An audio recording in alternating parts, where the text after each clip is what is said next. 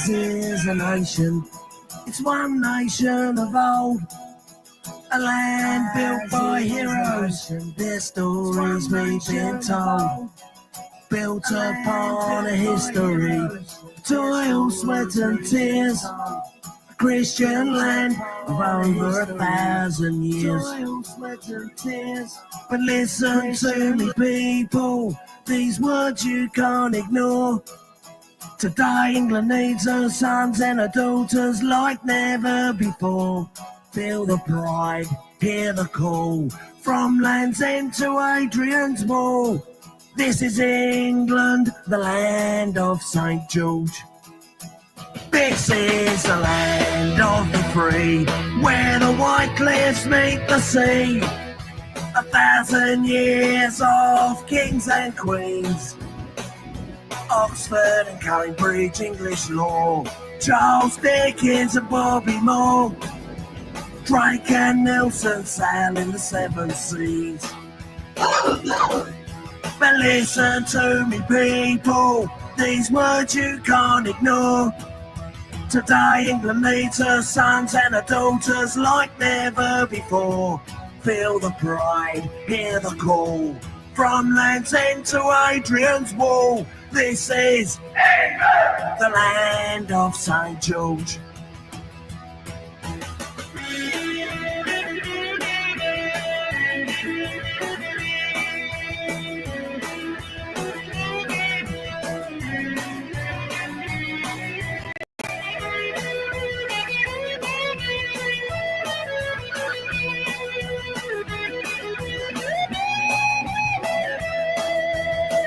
I see the downs and the Yorkshire Dales, the New Forest and the Lakeland Fells, and there I hear Wainwright calling me. Now every Englishman he knows the greatest beauty be an English rose, and within this land my spirit will ever be. But listen to me, people, these words you can't ignore. Today England needs her sons and her daughters like never before. Feel the pride, hear the call, from Land's End to Adrian's Wall. This is England, the land of St. George. England, oh England, every woman, every man. What became of Jerusalem in this green and pleasant land? I won't run, I'll never hide, they'll always see my English pride. This is England, the land of St. George. This is England, the land of St. George.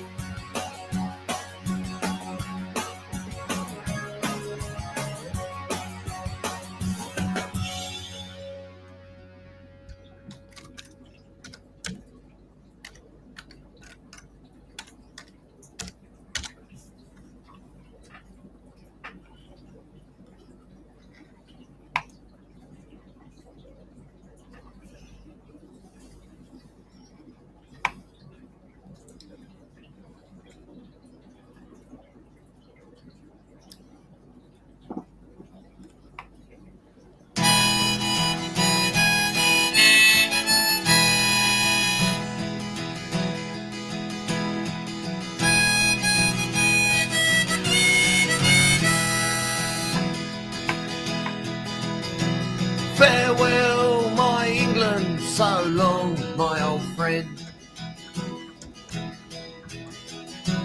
Your days are numbered, they're coming to an end. To be Scottish or Irish, Welsh, that is fine. But don't tell them you're English, that's way out of line. Now the French and the Germans, they call themselves such. Now so may the Norwegians and the Swedes and the Dutch. You can call yourself a Russian or even a Dane. But don't ever say you're English ever again. At Broadcasting House, the word is taboo. They banned it in Parliament and Brussels too. And even in the schools, the teachers are told you can't teach the young children of the England of old. Writers like Shakespeare, Milton and Shaw, they don't learn of these heroes in our schools anymore. Or Agincourt, Trafalgar, Arnhem and the Somme, where the brave sons of England before us have gone.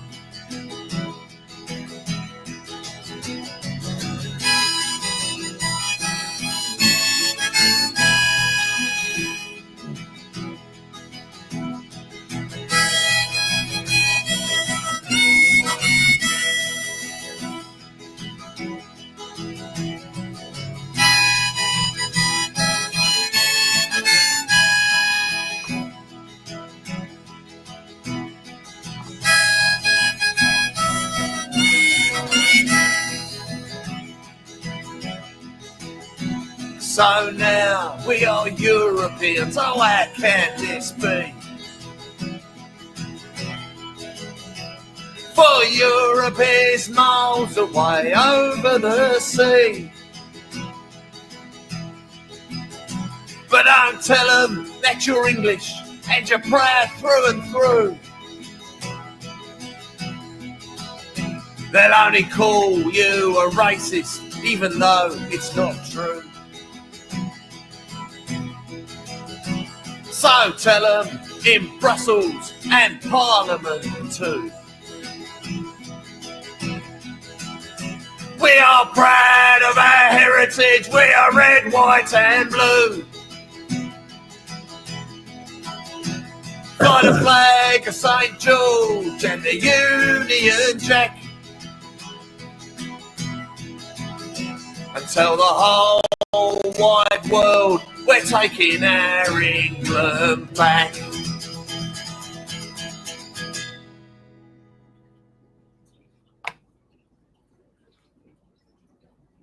Right, one more. Blunt wants a Gandalf song.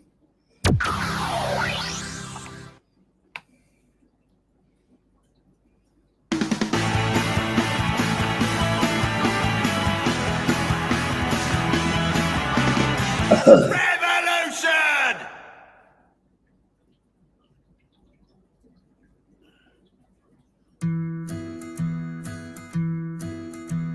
I don't wanna gripe and I don't wanna whinge, but look at the state that the bleeding country's in. I'm working all the hours, I'm doing all I can to share all me money with the bleeding tax man. Paying the government is driving me insane. You might as well take the money and throw it down the drain. People come to England holding out their hands, and the government give our cash away. I don't understand. Now what about the old soldier who can't afford a dinner?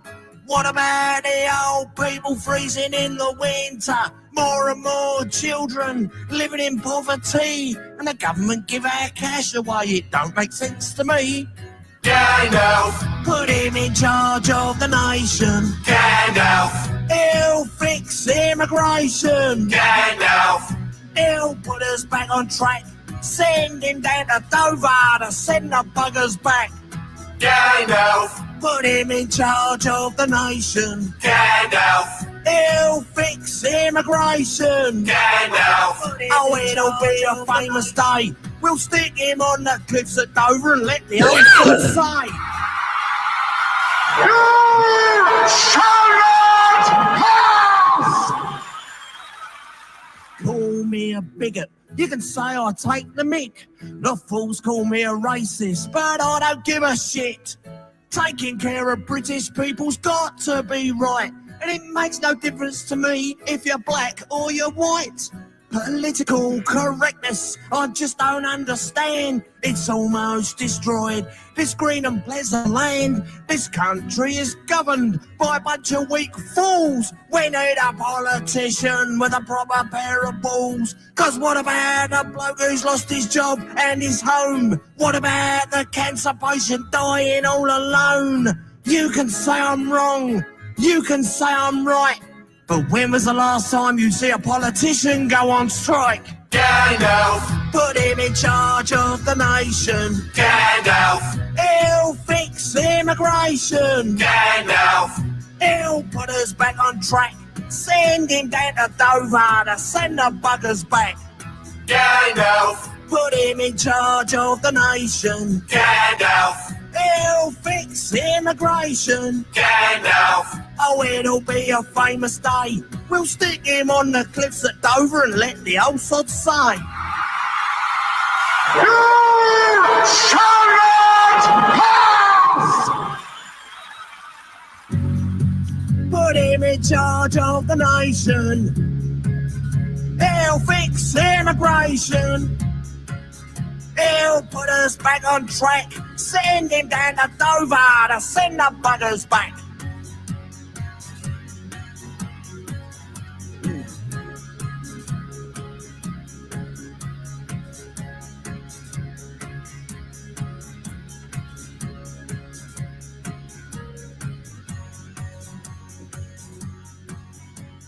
Three months ago, a large extended Roma family moved into a 3-bedroom, 1-bathroom house on this quiet estate. I live next door to 21 of them, and they were noisy, really noisy, and urinating out in the streets, throwing their rubbish in my bin, and throwing the rubbish over in my gardens. They come and do their 1 and 2s. They don't give a damn, because Sue stopped one of them, and he turned around and said, well, I needed to go, so I went, which is unhygienic, spreads disease. Slough's spent £175,000 so far this year on a special Roma unit. That cash comes from existing funds, meaning cuts elsewhere. The crime rate's also up 12% across Slough.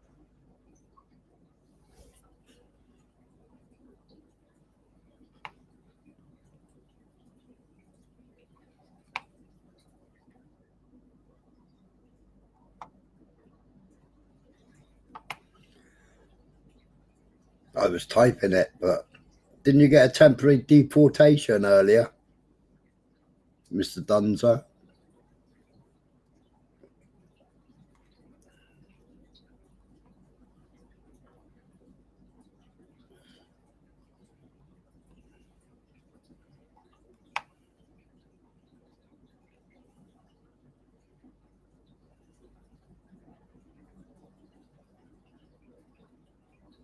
What the fuck's that? You get a tempo. What's that? What kind of link's that? You get a tempo. What's a you get a tempo? At the end of my StreamYard link. Copy it from the top instead. I don't know what that is.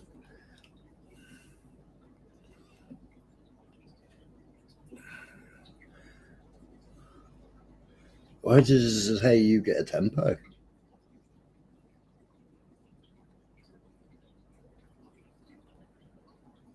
don't know what that is. That comes straight from StreamYards, that did. It come out with oi oi November man.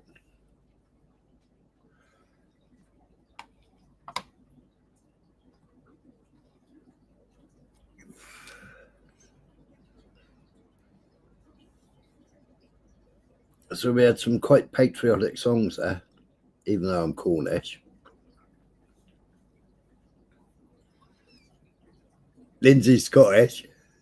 Beyonce's living in Scotland, so you may as well be Scottish.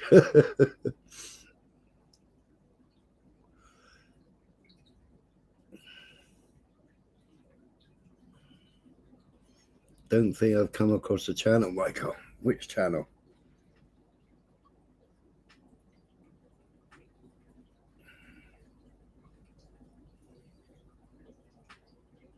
Sabutios. Who the fucking hell is Sabutios? Oi, oi. Hello. Who's Sabutios? The little short fella that got very, very white teeth. Ah.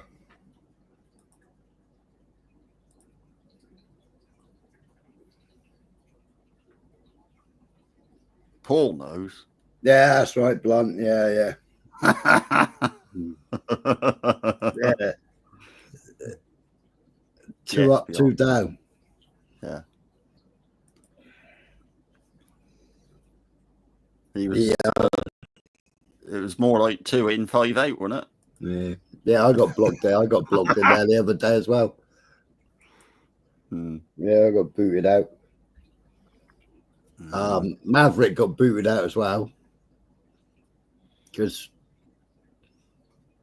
he asked the question: why does all this right wing and all the Tommy Robinson lot all support Israel and Zionism?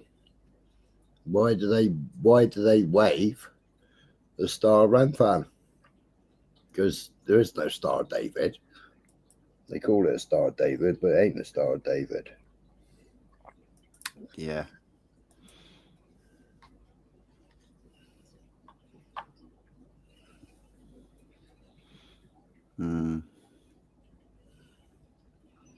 Yeah, I put in there. He was going on about Keir Starmer this, Keir Starmer that, Keir Starmer this, Keir Starmer that. And I was, well, he's a Talmudic Jew, so what do you expect? Not allowed. Hey up, Nudie. How you doing? Dude. Long time no see. Hope you're well. Hope you're still living the dream.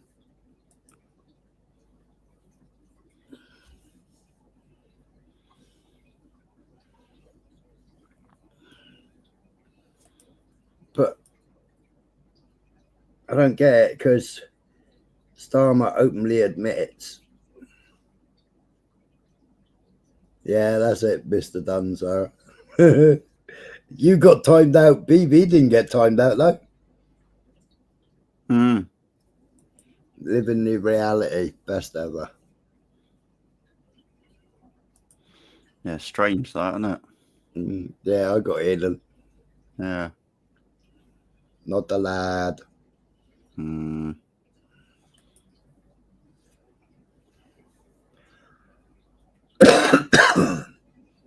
No, Starmer got £100,000 off Labour Friends of Israel. Starmer's had several trips to Israel. Starmer finishes work early on a Friday afternoon, so he can what do they call it? What do they call the weekend? Is it the Shabbat? I don't know. I can't remember.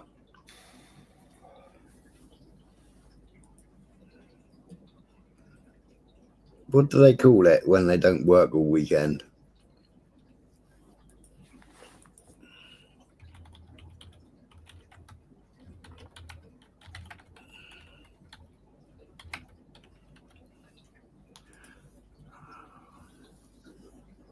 Best way to be. Yeah, it's a Shabbat, isn't it? Yeah.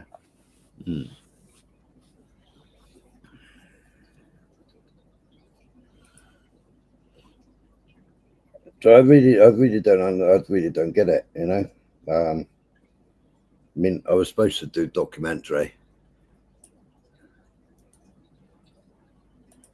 Tommy Robinson put out another begging videos, 27,000 short to have New Zealand Maori chant dancers on stage on the 13th of September. These dancers support Israel, by the way, but New Zealand isn't part of the kingdom. Yeah, exactly.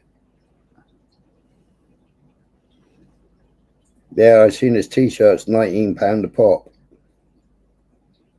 £19 a pop for his t-shirts. What did he want? He wanted. What did he want to raise? 100, I want to say 160, but I'm thinking maybe 130. I'm not sure. He wanted to raise 130 grand, did he, for the 13th? Yeah, I said it on the last live stream, didn't I? You know, what, 130 grand for you all to pay to get to London and then stand there.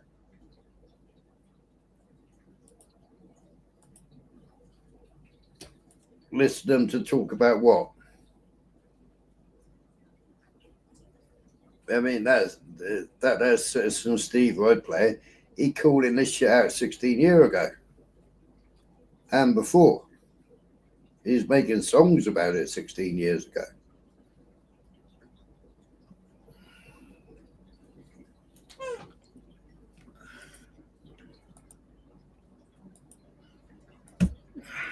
So what's your take on this Epping business then?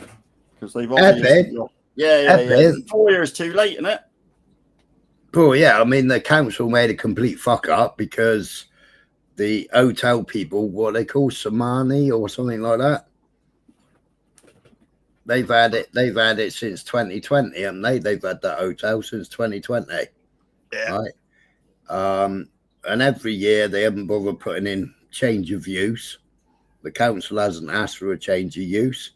This year, I think, in August, beginning of August, was it? July, August, something like that. Yeah. They wrote to the council and said they wouldn't be putting in a change of planning. So then there was the alleged incident, and then obviously you had another grifter, Safton, as he called, the one with a megaphone. Tommy Robinson grifter, Tommy Robinson, false flag person. A bit like Danny Tomo likes to get people in trouble, you know, like they did when they all turned up at Westminster, and then the police gave Danny Tomo the nod that they're going to start arresting people in a minute. So Danny Tomo and his gang jumped over the wall, legged it, and then everybody else was arrested. That's about right. You know, and it's the same as this Safton guy.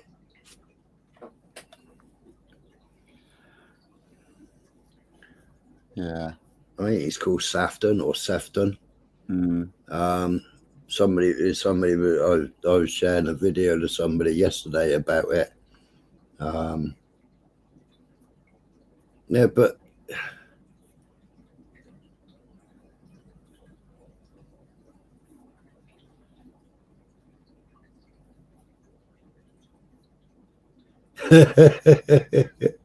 New day.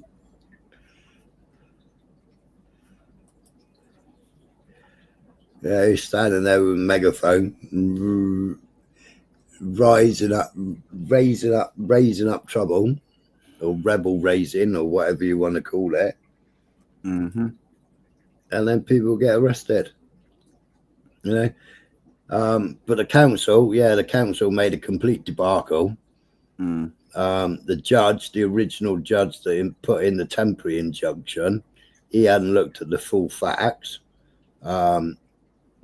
There was talk that these judges that were sitting in place yesterday, there was talk that they're like friends of Labour anyway. Yeah. But they went through all the paperwork and they went through everything and they broke everything down and you couldn't argue with what they were actually stating. It's the council's fuck up. And then, I mean, what Home Office, whatever she's called, I can't remember her stupid bloody name. You know, another Labour Friends of Israel, the Home Office woman, the Home Secretary. She got a silly haircut. Yvette Cooper. See, November man, he always comes in with the answers. He always helps me out. Got Beyonce for pronunciation, and you got November Man for helping me out on the people. I tell you, it's terrible getting old, you know. This dementia with forgetting people's names. But anyway,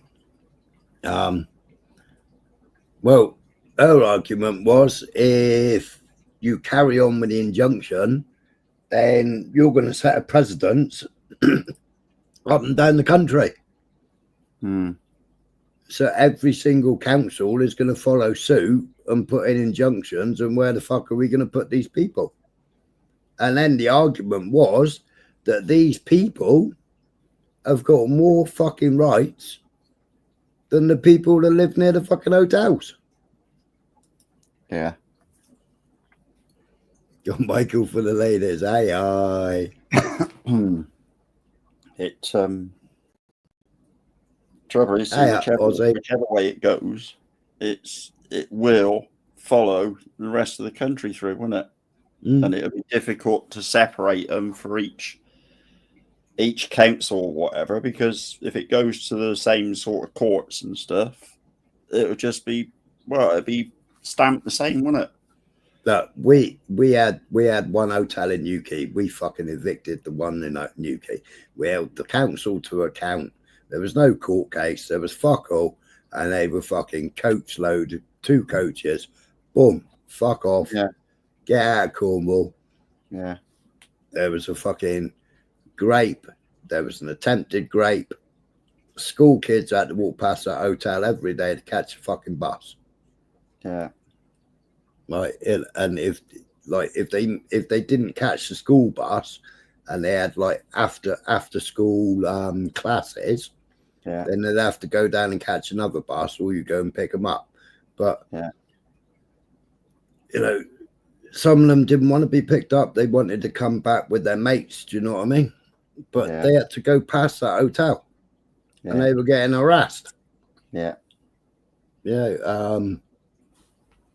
Quite a few people went down there and protested. But I protested with pen and paper, you know. Yeah. And you know, got together with a few other people, pen and paper, you know, and held them to account that way. You know, the same as we held the school account over the fucking COVID jab, and over sticking the squirty thing up your nose, and also doing the fucking swab tests up your nose. Yeah. Yeah, that's right. Slaves begging for longer chains.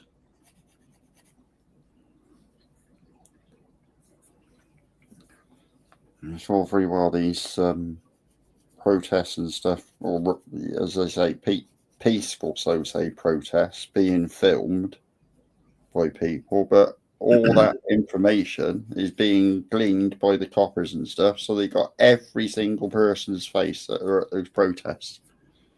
Yeah.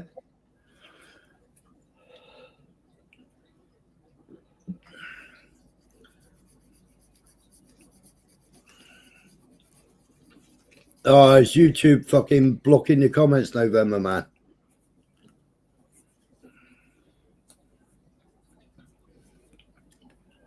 Yeah, you're right there, Blunt. I'm right. I mean, I had some stuff lined up. You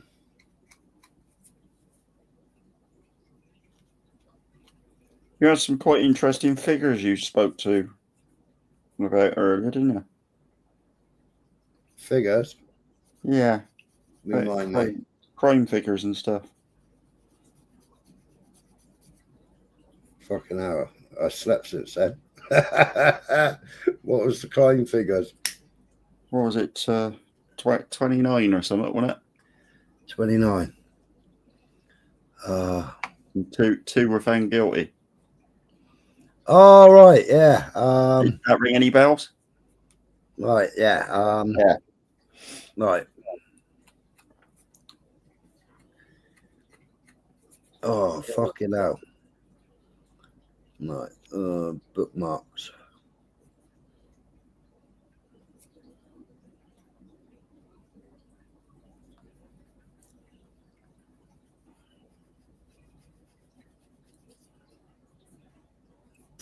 me, man. Sorry, did I put you on the spot? Burps.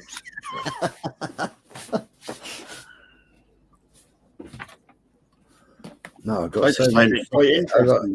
I've just got so many fucking bookmarks. It's unbelievable. Yeah. But I thought it was quite interesting. I thought, well, that really should be something that people ought to be aware of. 35,000 on that. Yeah.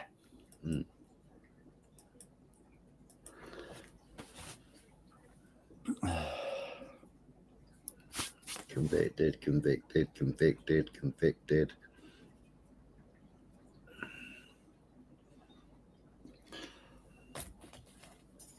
Yeah, Glenn Souther arrives at Old Bailey with Tommy Robinson ahead of Robinson's court hearing in May. Former EDL, Robinson security. Glenn has been a great friend to me, said Robinson. Everywhere you look, these protests have Robinson Zio fingerprints all over them. Oh, where's those fucking figures gone?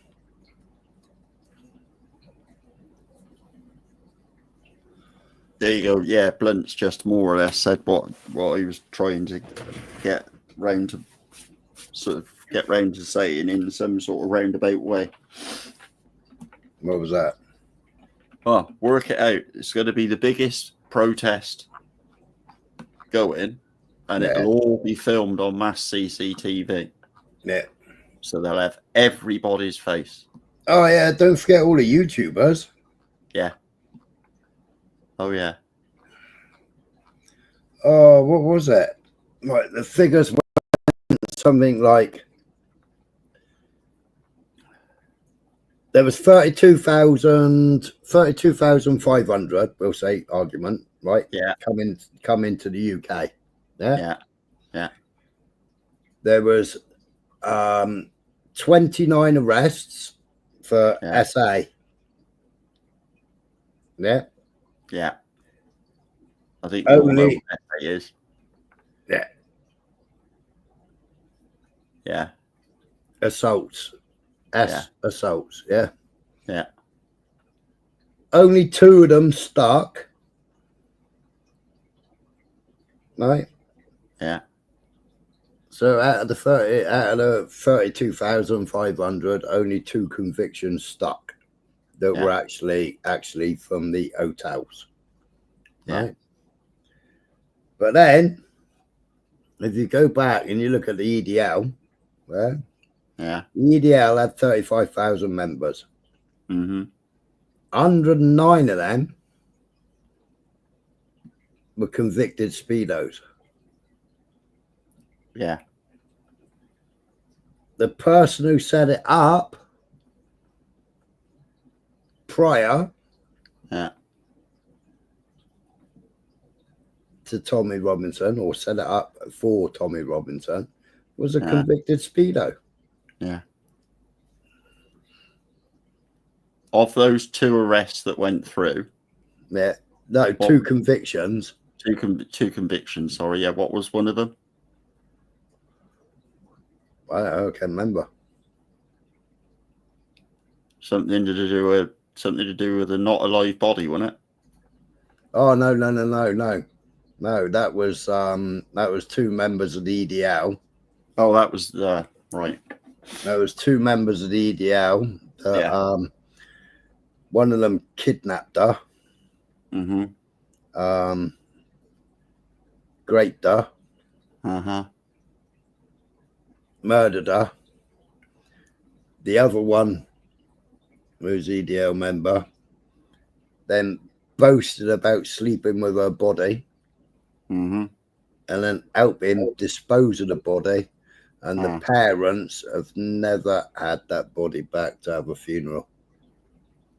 But when you work it out, then, so there's 29 out of 32 and a half. I think you said, didn't you? 35 and a half or something. Yeah, 32 and a half thousand. Is that 29 that we know about?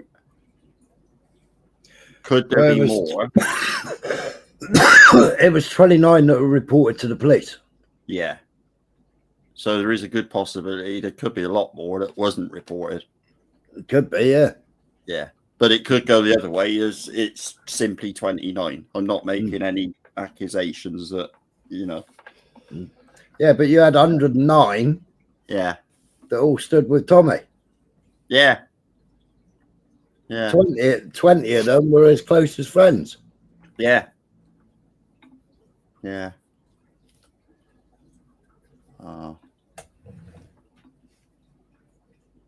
Roberts Moore. She wasn't called Roberts Moore, was she? Roberta Moore, you mean? She was actually IDF training soldiers, wasn't she? Yeah, so we put in it. Was it? Yeah, Roberta Moore. She's friends with IDF Mossad. Yeah. Right? Yeah. Yeah, she was actually a trainer. She trained the IDF. Yeah. Yeah, it was Roberta Moore and Jonathan Hoffman. And Jonathan Hoffman is the vice chair of the Zionist Federation, or was the vice chair of the Zionist Federation. So the EDL regularly partnered with Zionist Federation to host demonstrations in support of Israeli embassy. Head of EDL's Jewish unit, Roberta Moore, is pictured here with Jonathan Hoffman, the vice chair of the Zionist Federation.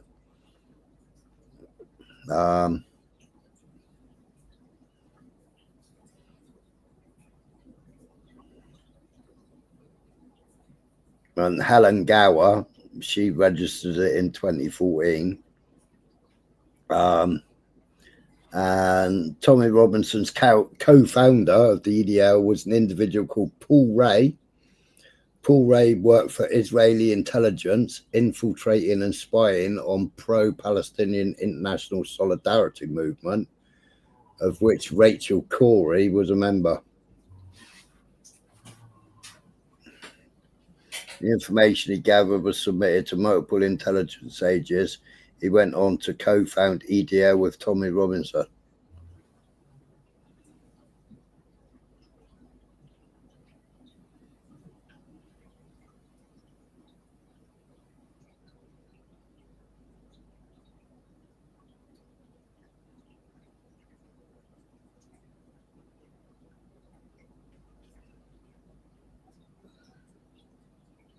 Yeah, I do need glasses. It's because I'm leaning over to look at the other screen. The other screen's too far away. I need to tidy up and put my screens closer together again. And it's because I'm on a different screen looking. On my screen that I normally read from, I've got this all up on it.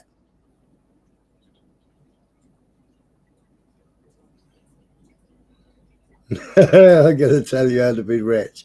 Just get a loan. Get on.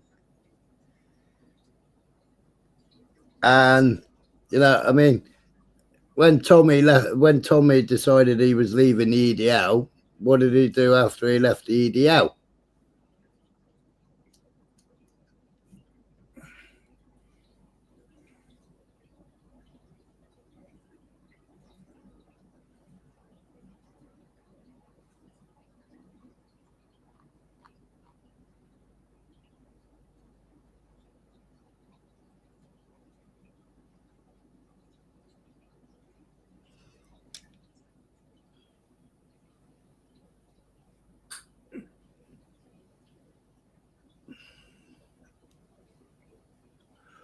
Does Blunt know that?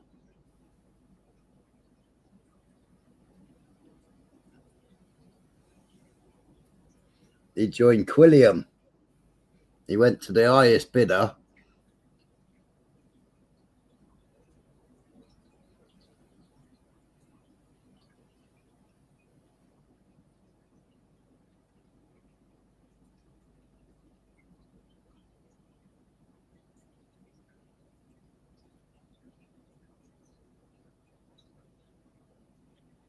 And they pay him $2,000. They pay him $2,000 a month.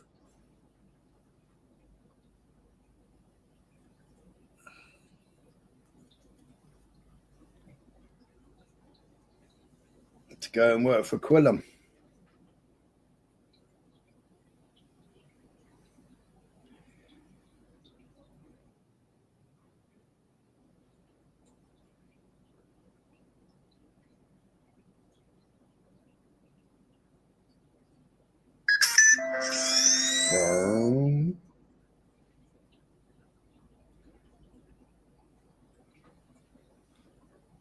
You can't put that up that big. I've got to move the fucker first.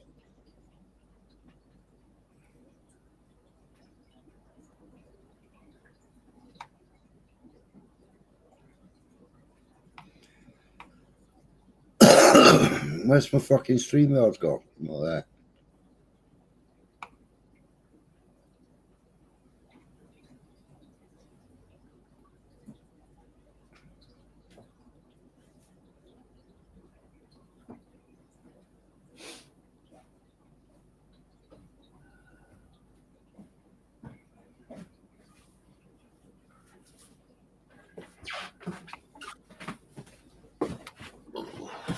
A lot of people calling me a sellout, calling me a coward. In a bombshell announcement, Tommy Robinson, the founder of the British Defence League, and his top deputy publicly denounced their protest movement. I have to do what I think's right. This is what I think's right. Saying they could no longer control racist radicals in their midst. I despise Nazis as much as I despise Islamists. Am I willing to be the public face for them? No, I'm not. Robinson's followers were furious. They're traitors. Traitors. They should be hung for treason. But what would ordinary people make of Robinson's... A lot of people calling me a sellout, calling me a coward. In a bombshell announcement, Tommy Robinson, the founder of the English Defence League, and his top deputy publicly denounced their protest movement. I have to do what I think's right. This is what I think's right. Saying they could no longer control racist radicals in their midst. I despise Nazis as much as I despise Islamists. Am I willing to be the public face for them? He didn't look very pleased then when he said that, did he? No.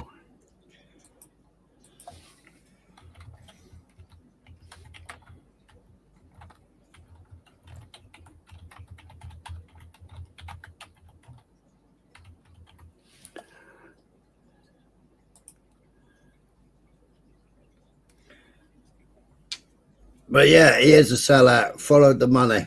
He's still following the money.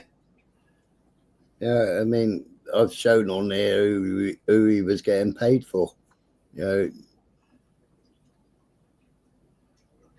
well, they paid, one of them paid 67 grand, didn't they?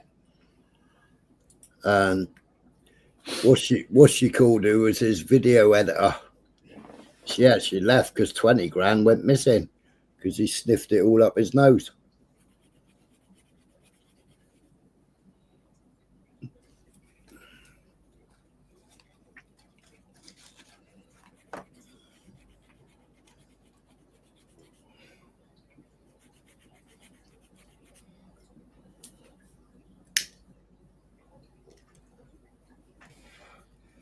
But you've got some bloody lovely characters.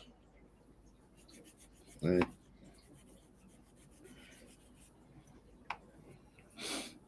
Can you see that? Yeah. Michael Coates, Tommy Robbins, EDL member, 2 attempted rapes and 14 sexual offences against vulnerable women.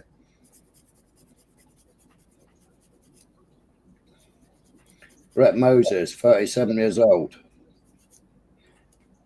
Moses groomed a 13-year-old child. He pretended to be a 13-year-old boy when he began grooming the child. There she is there. There he is there. And there she is there again. There he is. 109 paedophiles within Stephen Yaxley Lennon's movement. 22 personally known to him. 9 were close friends. I mean, even his closest friend now. His fathers are convicted. He raped a child. He groomed 2 boys between the ages of 13 and 15. I mean, there's 103 of them on that list.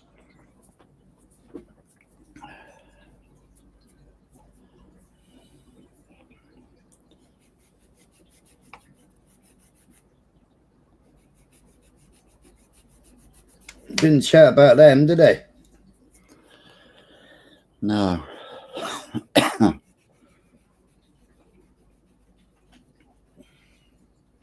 He climbed through a window. Sounds like another YouTuber on here, doesn't he? He climbed through a window, raped a woman with a baby next to her.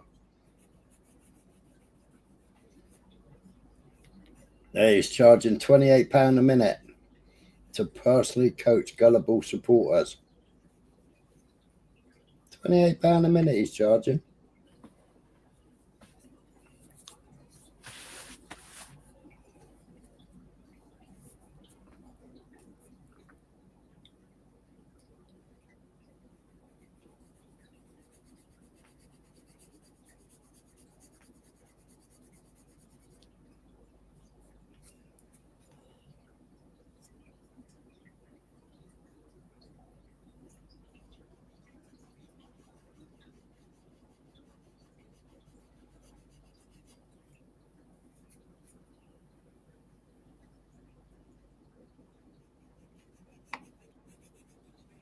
Richard Price, co-founder, convicted in 2010 for making indecent images of children.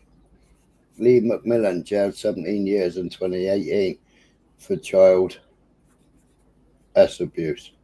Robert Ewan, convicted in 2015 for unaliving a child and related offences. Brett Moses received suspended sentence in 2010 for grooming. John Broomfield admitted in 2011 to 20 counts of making indecent images of children.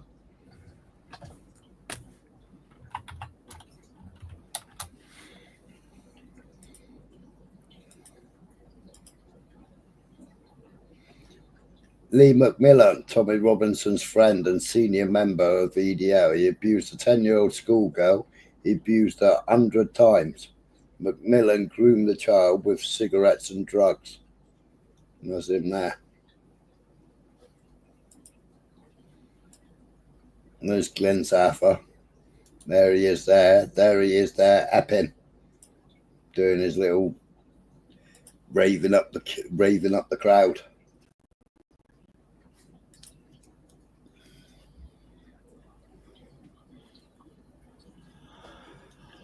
This one, he kidnapped and raped a 10-year-old child. The girl was the daughter of a vicar and was kidnapped from a vicarage and tied in a caravan, I think it was. Mark Sleeman.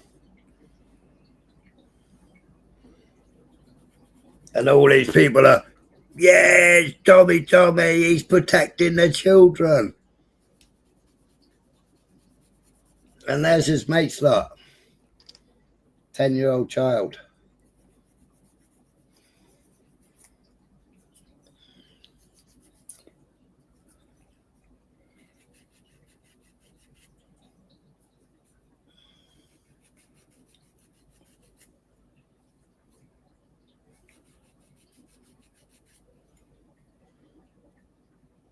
"21 months grooming and trying to incite a child into S activity." Pete Gillett, speaker, 18 years, multiple offences of rape and indecent assault on children. Nigel Hasmunder, BNP, jailed for possessing a series of degrading photographs and videos of children. Dale Hewitt, EDL, 10 years for multiple S offences against teenage girls. Ian Hindle, BNP, jailed for S activity with a 14-year-old girl. Mark Hogg, EDL, 9 months for sexual assault on a 14-year-old. Elliot Jones, EDL, and part self-styled speedophile squad, jail for speedophilia. Mervyn Jones, North Wales Alliance combined ex-forces, guilty of rape, attempted rape, indecent assault. Sean Jones, Liverpool, Scouse nationalist, jailed for grooming and raping a 12-year-old girl. Mike Kinnear, jailed for sexually abusing a 7-year-old. Gavin Least, child porn. It goes on and on and on and on and on. On and on and on. Yeah, exactly, Beyonce. And that's what people support. That's what people support. Yeah, I mean, there's another one there, like. There's all their faces. That's just a 22, I think.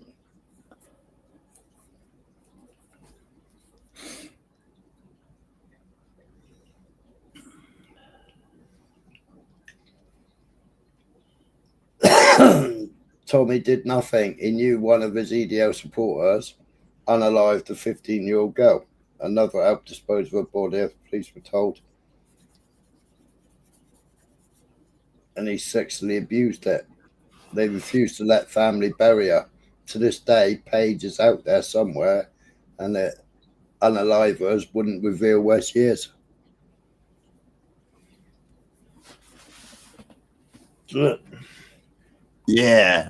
Could you comment on Blunt's comment as well?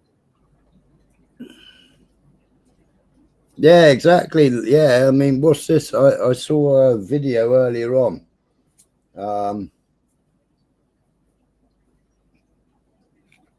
Something about AJ audits or something. There's the other one, isn't there? There's another auditor. There was a video going around a long time ago where the police are saying, what are you doing here? You know you're not allowed to be near children and whatever, and they were concerned. Yeah.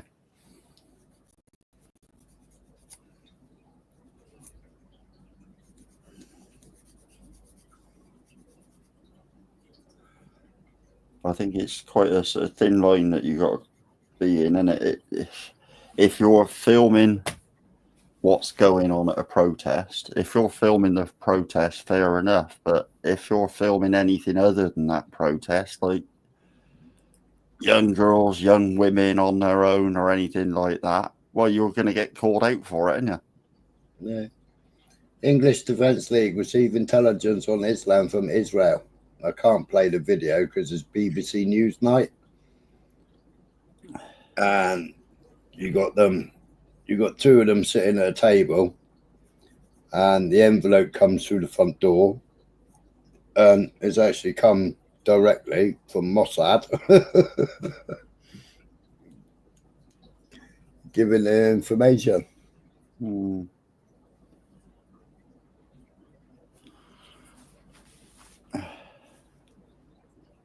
That's Nick Griffin calling them that. Oh, what's these new fences? What's these lovely new fences all around Parliament now? Parliament, is it? Yeah, that's right. It's DJE Media, wasn't it? Yeah. Yeah, Parliament, they're now in the gated community, look. What's all that about? Wasn't the other day there was a mention that the Palace was going to have new fences as well? Was it? Yeah. So they need to be secure behind these new fences. So what are they worried about? Didn't need fences before, did they? Oh, that's the one that paid £10,000 and fled back to Israel. Works directly for Netanyahu. Also helps the UK on its security, its digital security, etc., etc.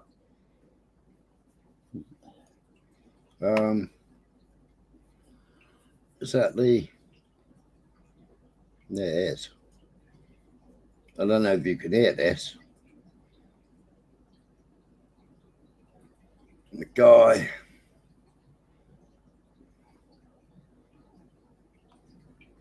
Where's his details? But he's a lawyer and got loads of qualifications. Yeah, that's it. Yeah.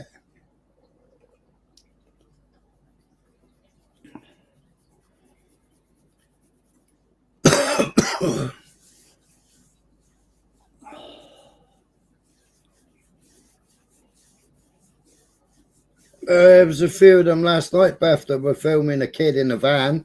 You know, I mean, I don't know whether that guy was drink driving, but it was an old escort van, right? No tax, no MOT on it. Driving on trade plates. Well, at that time, when like you ain't even supposed to use trade plates in this, you go in, you know, delivering a vehicle or taking a vehicle to a compound, which he was driving with a son in it, and they suspected him of drink drive, didn't they? So they dragged him out of the van, and they were going, "Why are you dragging him out of the van? His son's there, his son's there, his son's there." Well, why is he taking his son to a protest? Why has he got the van all covered in fucking flags and everything else?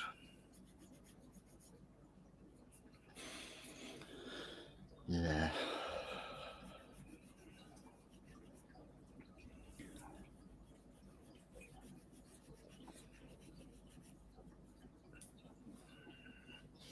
But there was a... Let's see if I can find the other video that I was going to play first. It's quite interesting, it was.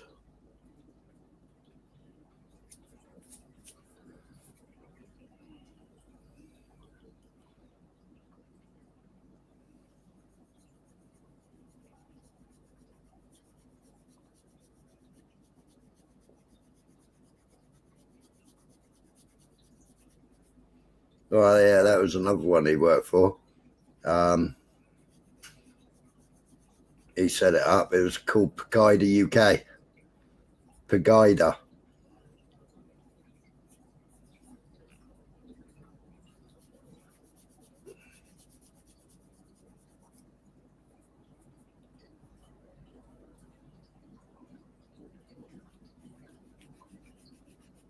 Oh, where's that freaking... Hang on a minute. Where's that video? Where be that video gone? I'm sure I bookmarked it. That was a very interesting video, that was. Yeah, exactly, Beth. What? Bit crazy, wasn't it? Hmm.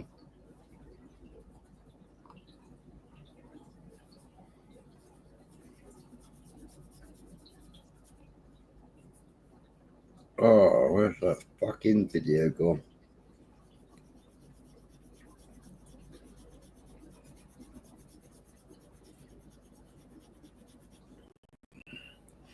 Where did it go?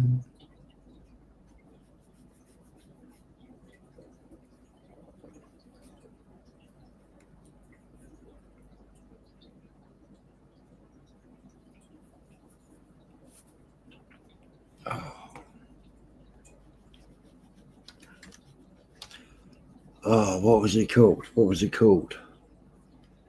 Joe Marsh.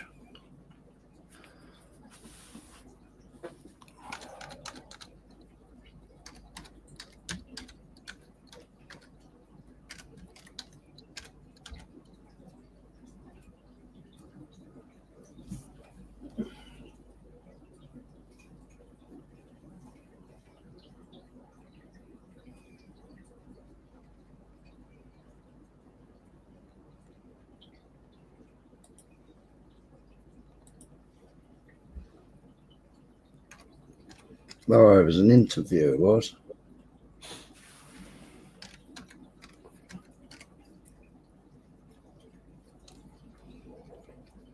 Joe Marsh Welsh.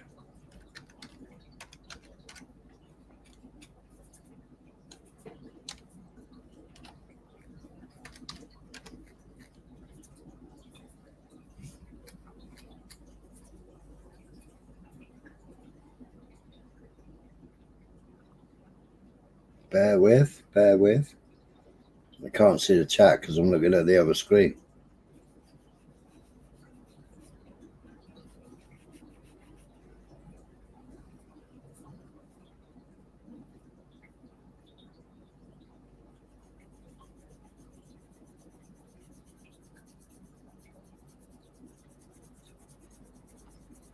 While I'm looking, I'll play this a minute. Tell me if you can hear it.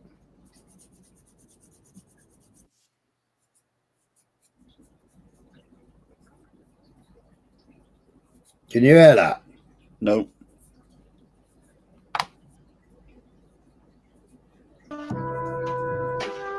Yeah.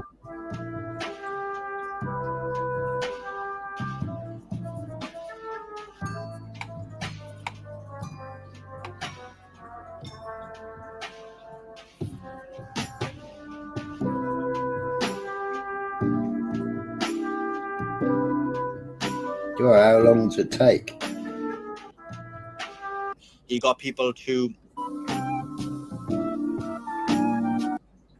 Right, guys, appreciate you guys joining in. Appreciate you guys listening. We're back for another space.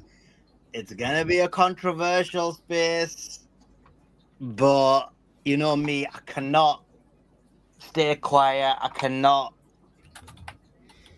Oh, Yvette Cooper, she's received over £200,000 from the Israel lobby over the last 2 years.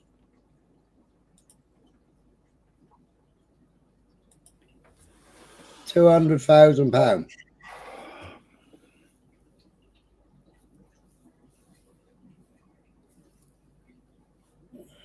Lie to you guys. I cannot be dishonest. I cannot speak just to keep a following.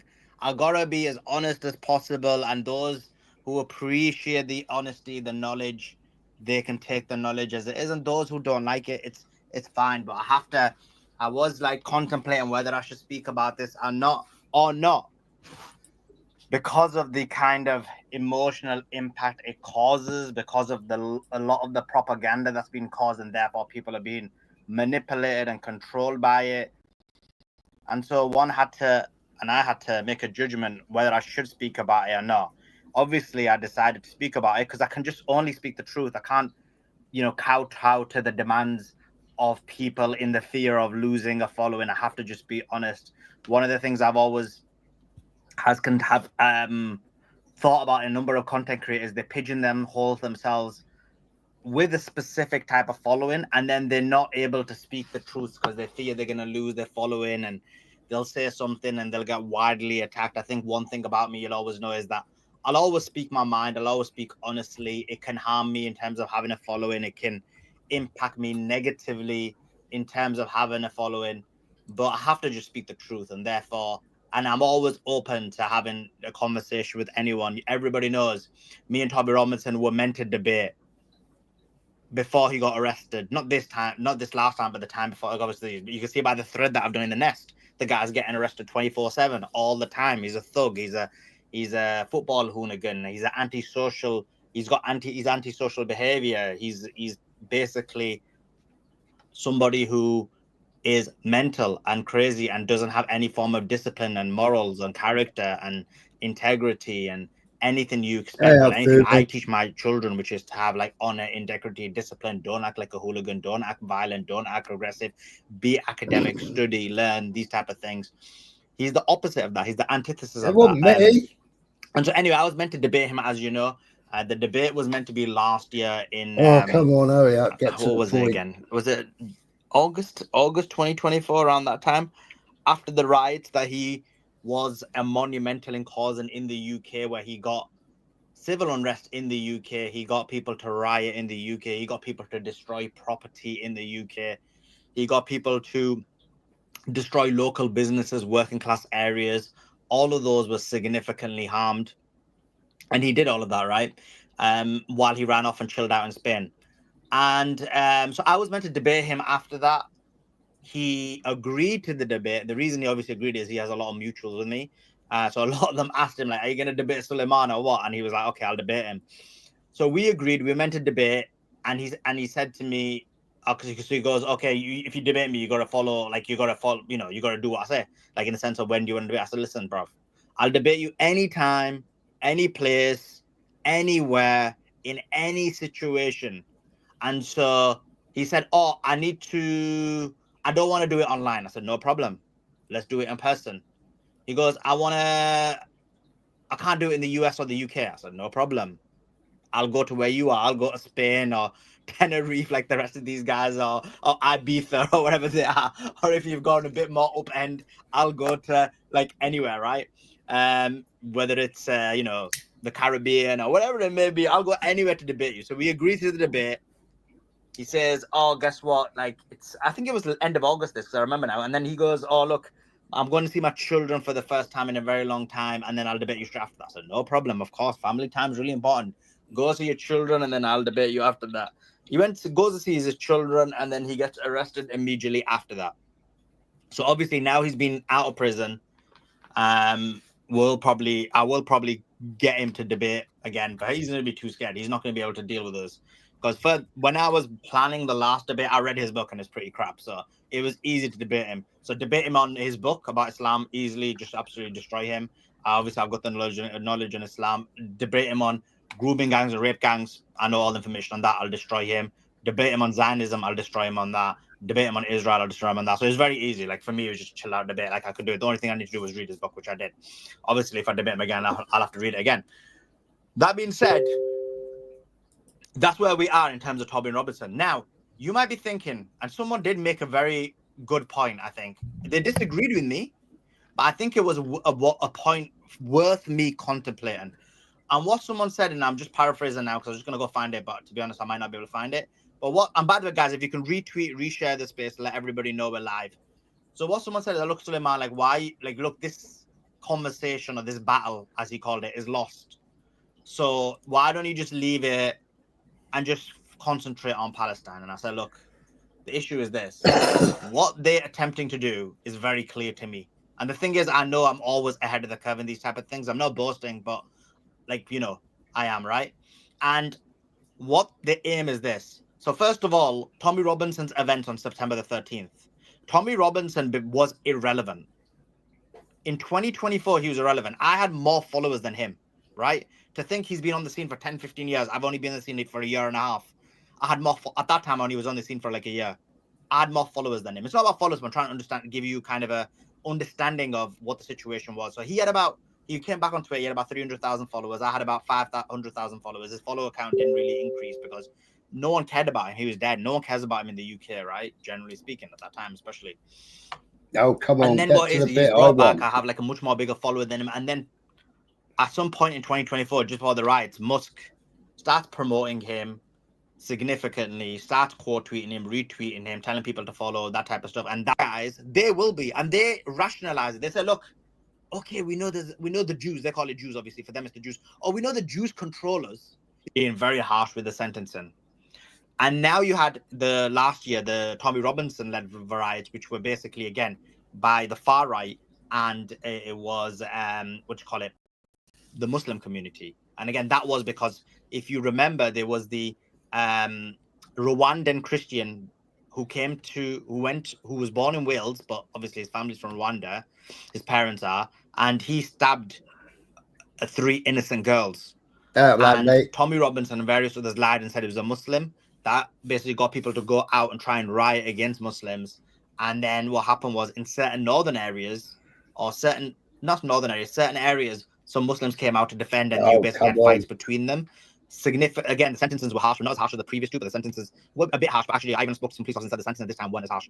The feeling amongst the community is, amongst the far right, they think that the leaders, like, Muslims control the leaders, which we know is not the case. Like, Zionists control the leaders. The feeling amongst the Muslims or community is that actually what happens is the police always take the side of the far right whenever any type of riots happen. So that's the feelings amongst the people on the ground. But that being said, there is obviously civil unrest and civil tensions. This is what happens with poverty and various other things. And so what's the aim? The aim is to cause mass riots again, to cause mass civil unrest. And what you're left with, how do you stop it? Because you won't stop it by any other means, because you'll have both communities coming out. And to be honest, when it comes to the far right, they're a small in number, because the vast majority of Brits, doesn't matter about their race, are just against them. When I say far right, you need the Americans to understand this isn't your far right like the US, because the US far right is quite nuanced and it's quite different. You have people like Nick Fuentes, who's anti-Zionist. But in the UK and in Europe, all of them are largely Zionist. You don't have a non-Zionist, non-Zio controlled far right. who can I name for the? There's only, like, for example, that Jada Franson, but she's on her own. She was completely discarded once she rejected Zionism. You have the head of the BNP, Nick, I just forget his name, Nick something. He was again discarded because he rejected Zionist money. And so in the UK, it's very much Zionist control, far right. Now, why I'm saying that is, what they aim is this: they're going to cause mass civil unrest. There will be riots again. The riots will be really bad. Obviously, they'll get all the Americans on their side. They'll even get the people who say, oh, listen, we're so based. We're so based. We always name the Jew. It's the Jewish problem. Suleiman, you're not based enough. You think it's a Zionist problem. We're too based. We believe, it's the Jewish problem. You're scared. Those guys always on the Zionist side when the time comes. Right, let me find it. I'll find the bit I want, because he's just going to go on and on and on.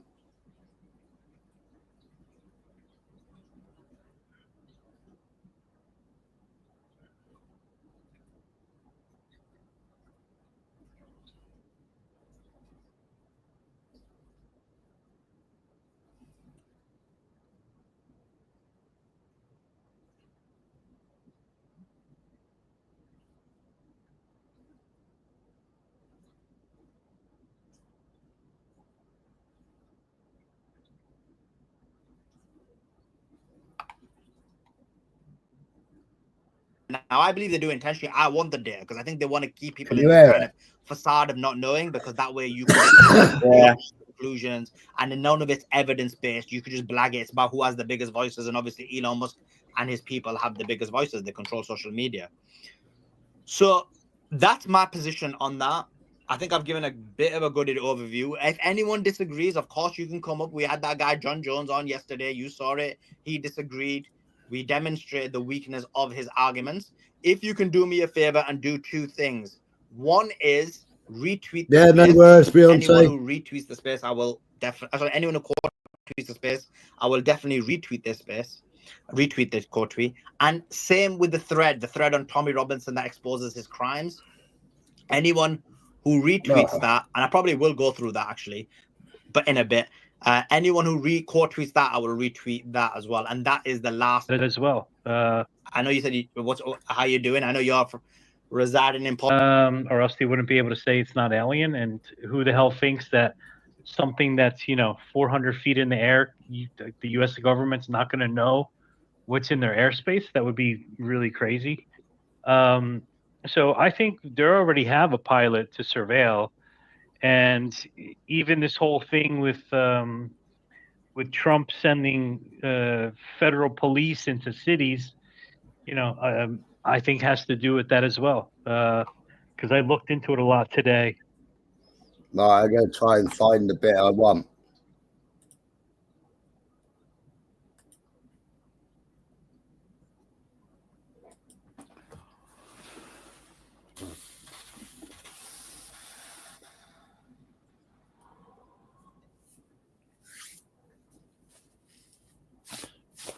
So when he's at this thing on the 13th, then do you think they'll find some way of arresting him again?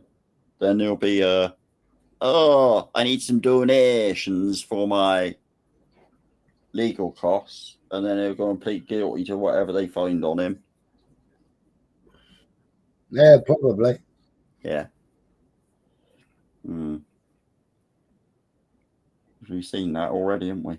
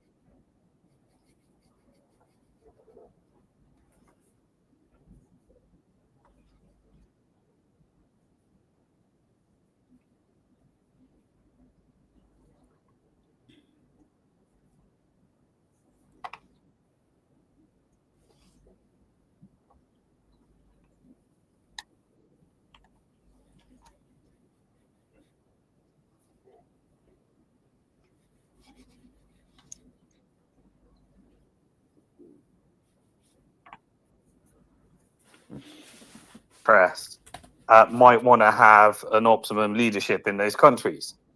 Okay, so with that in mind, my personal belief is that Elon Musk is strategically doing this to serve an agenda that is not exactly honest with how he's portraying himself. And so the PayPal mafia are all part of the technological industrial complex.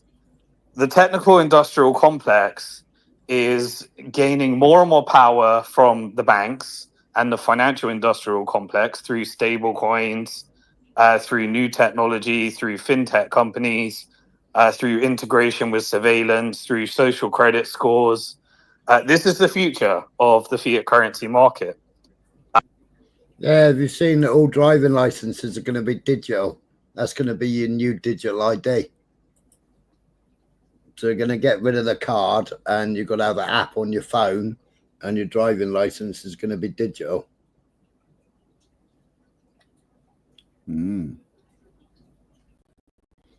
I can't find this bit on here where I want. It talks about Palantir. It talks about all the UK government signing up with Israel and everything else. That was going to lead me on to another bit. You know, the things like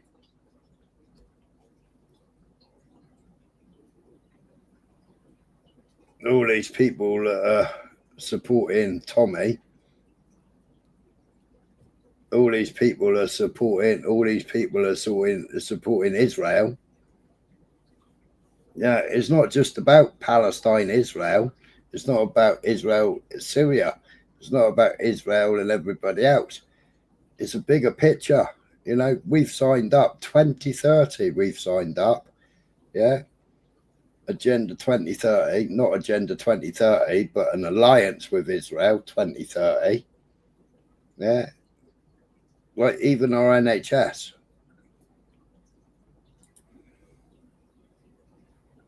It's all signed up with Israel.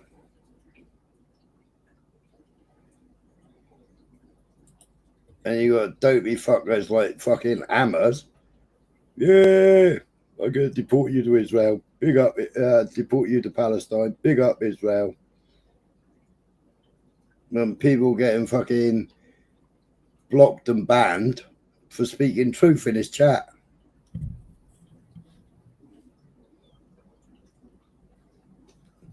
This is Joe Marsh.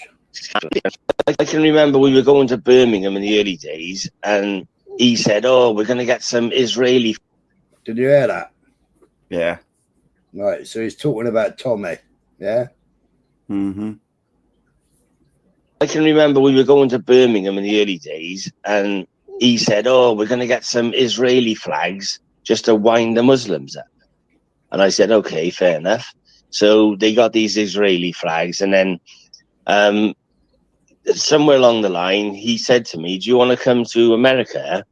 There's, he said, "Some of us are going to America because we're going to meet some influential people who want us, and they want to sponsor us." And he said the trip would be all paid for.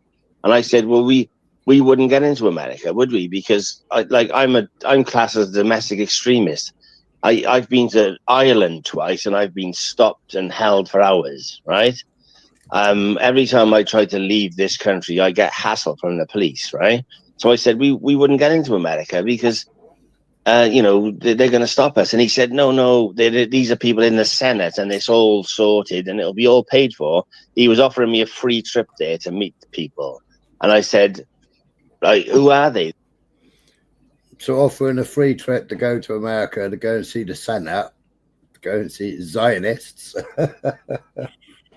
They were paying for it all because they wanted influencers in the UK.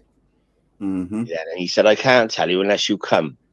And I said, "I'm not going, like, you know, but I didn't want to go." And I said, if people sponsor you, if people give you money, they're not going to give you money for nothing. They're going to own you. They will then own you. And he said, no, it's not like that. They're going to finance us and it'll be great. So I didn't go. And then when he came back, like, everything started to go pro-Israel. And it was, then they started, like, in the early days, the majority of football lads are nationalists, right? They're not civ nuts, right? So all of a sudden, it had gone from, we've had enough of this, we've had enough, we want all these people deported from our country, although the main focus was on Islam, you know? But like a lot of the people that I knew, and that we were on immigration in general, we want them all gone. We didn't ask for them to come here. Nobody's asked us. And they're over here committing crimes, being housed before our people, and we want them gone, you know? And then the EDL was taking a completely different turn, you know, and saying, they were doing, Tommy and that were doing interviews and saying, oh, immigration is good, it's just Islam. It's just Islam is bad. You know, multiculturalism is great. It's just Islam and all that. And like, I was like, no, it's not great. We didn't ask for it and we don't want it. And then we more or less fell out, you know? And then we went off and we were doing our own stuff as Casuals United. And he was doing the EDL and it went from bad to worse. And like sometimes we used to turn up where they were having an EDL demo. We'd turn up anyway, even though we were told we weren't welcome. We would just turn up, a few hundred of us. And like we went to a march in Dudley, which is near Birmingham. And there was about 1,000 of us marching up this road. And there was gay flags there, rainbow flags and all this sort of shit. And like the boys were saying, what the fuck is this? And I was like, I don't know what it is. And they were saying, now we got a gay division. Now we got a gay division. And we got this division. And we got a Sikh division. And we got a Hindu. And it's just all this. It was like as if, and when we got to the demo, there was like a Rastafarian and this Indian girl up on the stage. They were going to do speeches, you know? And then Tommy started saying things like, oh, this is my mate. He's black, but he's more British than you. He's just as British as us and all this sort of thing. And all the football lads were saying, I never signed up for this. This is bullshit, you know? And then there was a demo in Bristol and they had this transvestite on the stage giving a speech. And all the boys were just leaving. They were just walking away. They said, the thing was, well, transvestites, you know, Islam hates these people, so they're our friends, you know? They're not our friends. And like people were saying, I don't come on these demonstrations to support freaking transvestites, right? So I rang Tommy's cousin and said to him, what was that all about? You know, the boys don't go to demos to see transvestites on the stage. And he said, well, if they don't like it, tell them to get fucked.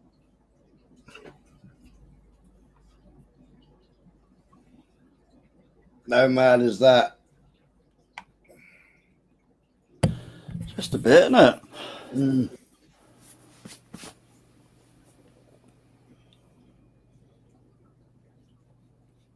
The other guy was saying, oh,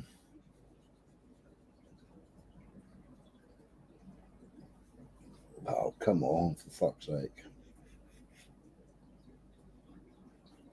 Malicious communications. Yeah, that was James, mate, wasn't it, Beyonce? Landy, that was the one you were talking about.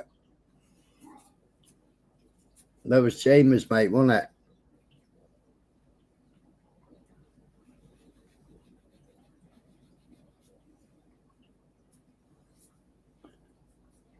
Oh, come on, twatter.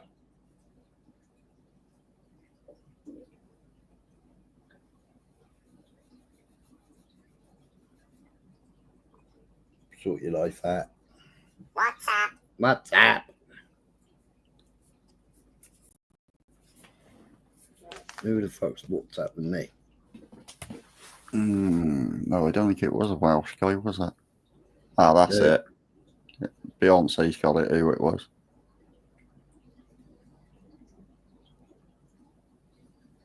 Then audit in Lancashire or Blackburn audits or something? Yeah, I think Beyonce's got it, I think. Yeah. It was Jamie's, mate, wasn't it? Jamie and all were going up there in the car.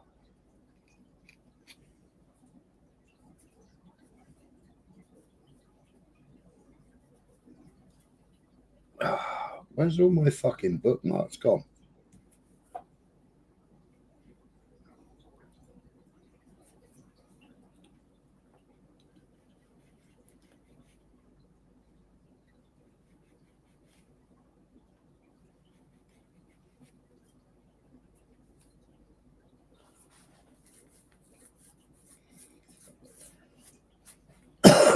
So in February,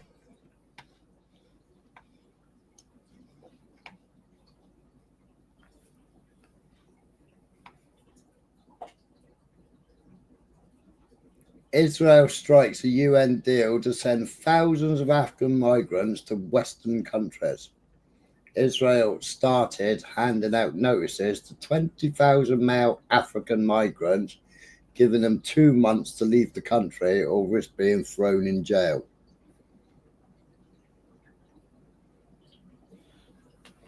So what, with those 20,000, then you got 100,000 Afghanis. I think 35,000 already here, aren't they? Did I say the other day? 30,000, 30 odd thousand already here from the Afghanis. Yeah.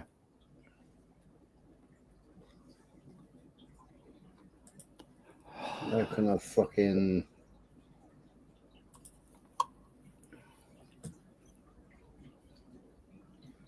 How the fucking hell can they enlarge it? The only way I can enlarge it is by screenshotting it, isn't it?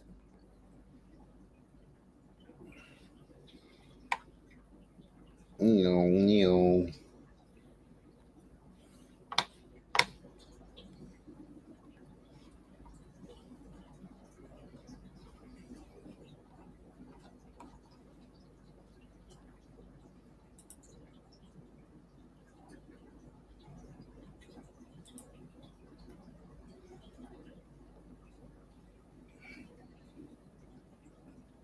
Where's my fucking Zoom button?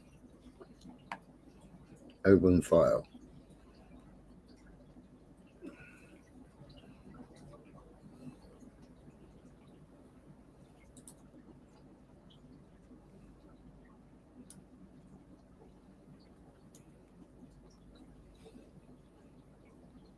What is the matter with this fucking thing?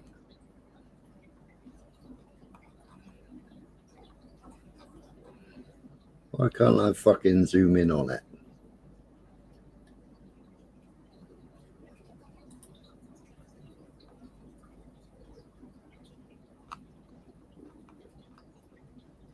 Help! Why won't you let me zoom in?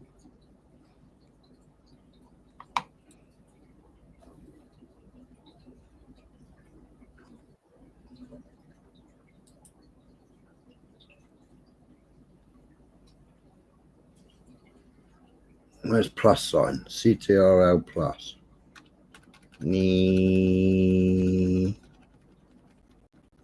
Click on image and scroll with mouse wheel. Yeah, no, it wouldn't scroll. Oh. Oh, and then now it's zoomed that big, and now it just goes up and down. Oh, so what shall they have a fucking other screen now? Present. Stop screen. Present. Share screen. Oh, I should have just fucking dragged over, shouldn't I?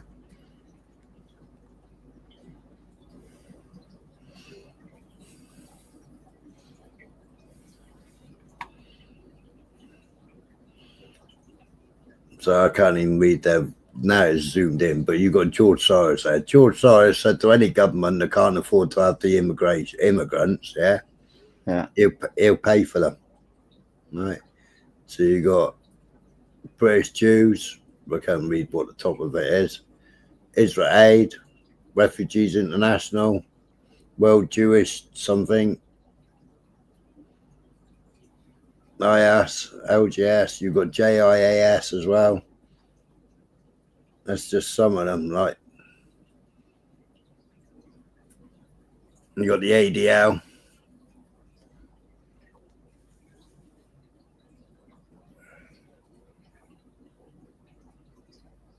Tech, Tyke, Waff, Smiler, haha. Tech Tyke. Tech time with Smiler. It is tech time, isn't it?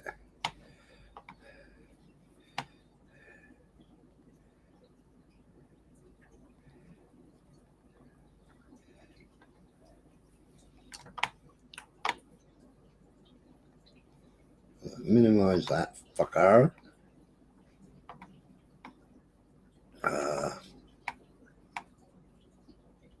File. What are you doing over in that fucking screen, you stupid fucking thing? Open up on the fucking main screen, will you? Oh, whether Beth's still here. Oh, fucking opened you. Now you're playing over there, you fucking prick.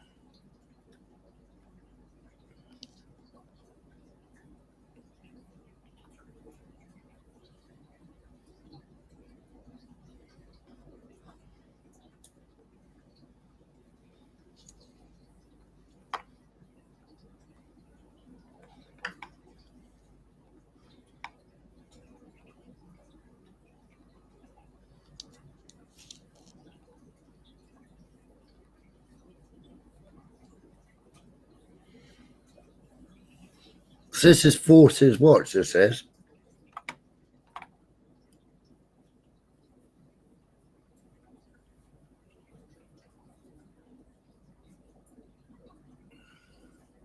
And in 2023, UK and Israel agreed on an extensive roadmap for cooperation and partnership.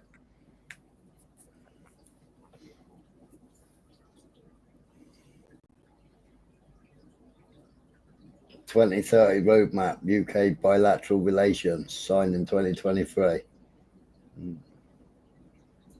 Classified Agreement and Strategic Partnership.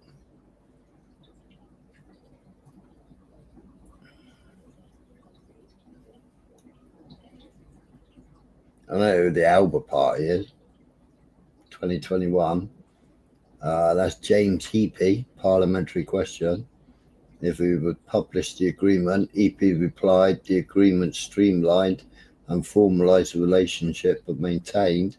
While this agreement is an important piece of defence diplomacy, the security applications is work on the agreement being kept at a higher security classification and therefore it will not be made public."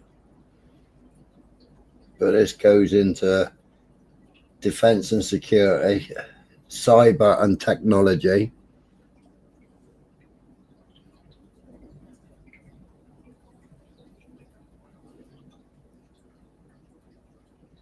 It's a sucks 9,000 smile. See if you can find it blunt. The Jesuits were created by Jews to police and control the Catholics. I'm in the middle of doing a video about the Jesuits and the Jews and who first made the Jews wear the yellow star that they all blame Hitler for.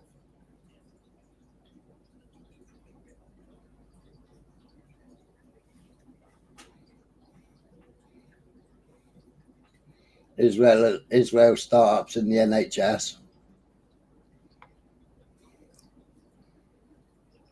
They're all in Israel, all in depth, buried into the NHS. They run all our computer systems now. So they've upgraded it from fucking Windows 7 to a new system that goes directly to Israel.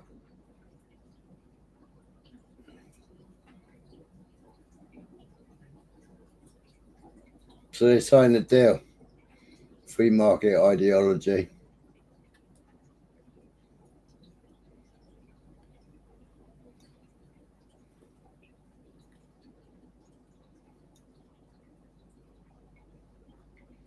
So they signed a complete deal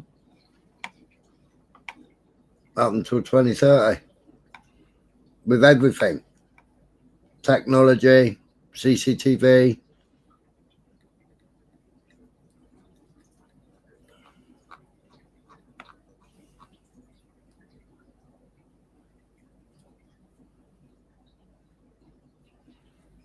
Yeah, I spoke about that before November, man. And now, I mean, when I spoke about it, everybody thought I was fucking mad as Pope. And now, Gobby Cabby, or whatever his name is, he started speaking about it. Somebody else has started speaking about it. I can't remember who it was now.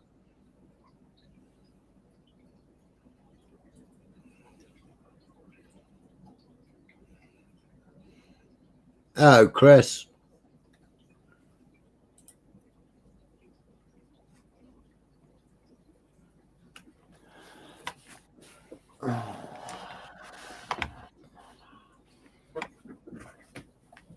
So, Beth is still here. I think Beth's disappeared.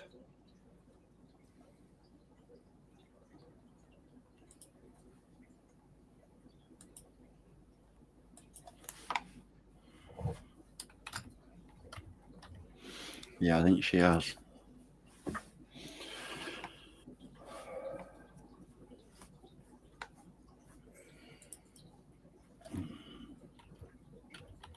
Now, remember, they take 7.5 years to study this, right?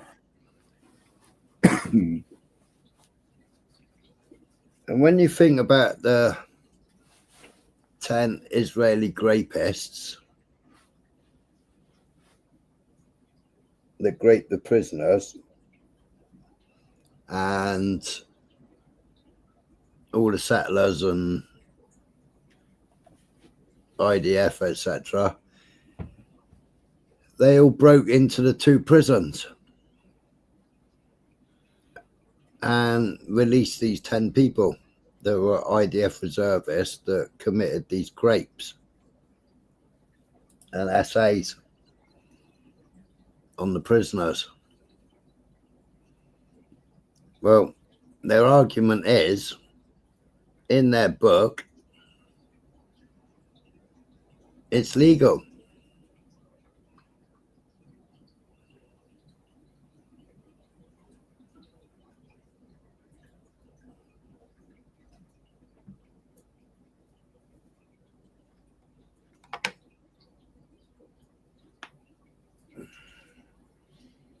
And when people say, I support Israel, I support this, I support that, this is what they're actually supporting. So then you can understand why all these people, after what you've seen of all the criminal convictions that go along with a certain person, of all this inner circle, and they're all promoting this. And you understand why 109 of them were prosecuted.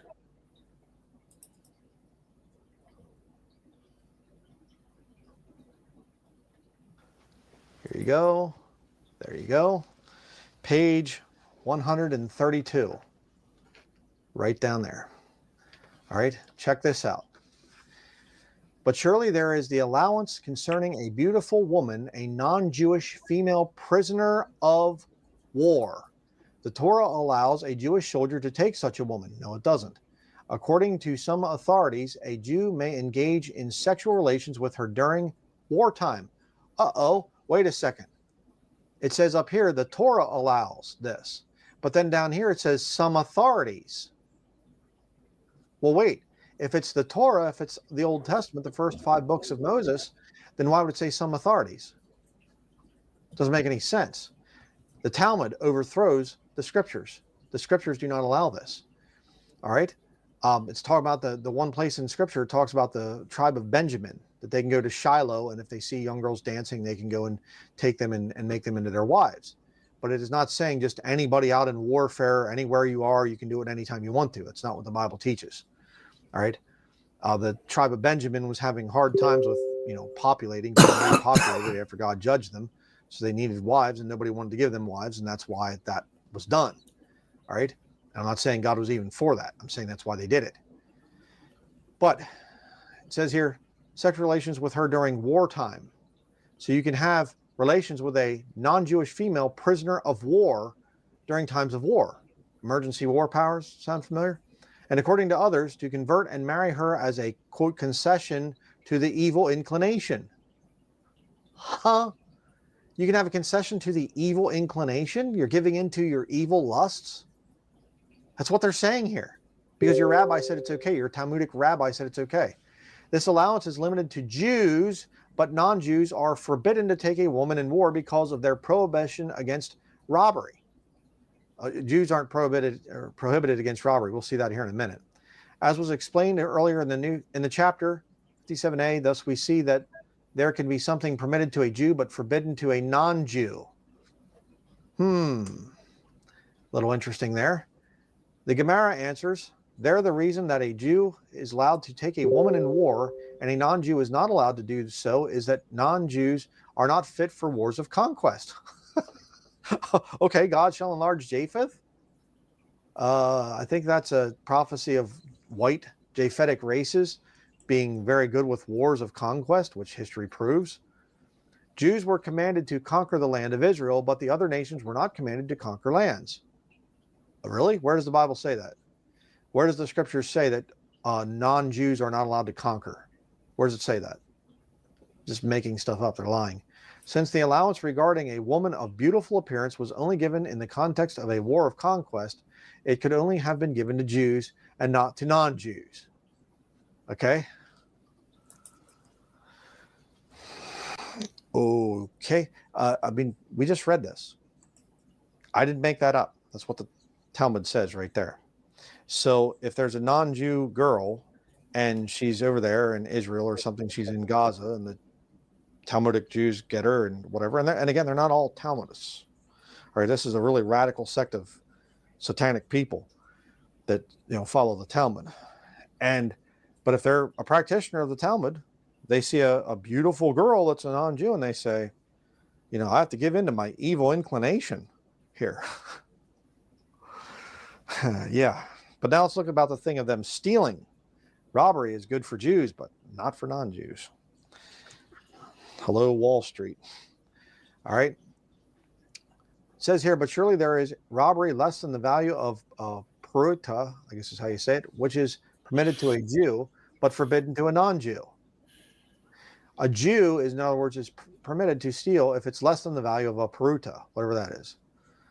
Jews are ready to waive What's a peruta? less than a peruta, and so for them the act of stealing such a small amount is not regarded as robbery. But non-Jews are not ready to waive even the most minute amount, and so for them robbery of less than the value of a peruta is forbidden. So little Mordecai there, you're going through the store, you see a little stick of gum, a little bit, something that's not much, you know, maybe less than $1, maybe less than $5. Just go ahead and steal it. Okay, you take what you want. Okay, you know what I'm saying? You know, it's not robbery unless you see a non-Jew boy do it. You know, the Denlinger kid, yeah, he's you know, white and things. So, you know, you see him, you cry out, he's a thief. Oh, you know, arrest him. Oh, he's a non-Jew. He's stealing less than the value of a peruta, whatever that is. And these are God's people. These are the people that have a right to reject Jesus Christ, huh? Jesus was a bad man and all this other stuff. And yeah, okay. Yeah, all right, I get it. Which is going to be very horrible. And I'm not going to read certain parts because of YouTube's policies and things. And so I'm going to let you read it. And I don't really like to read horrible, wicked stuff like this. No, right. Let me zoom out here a little bit first.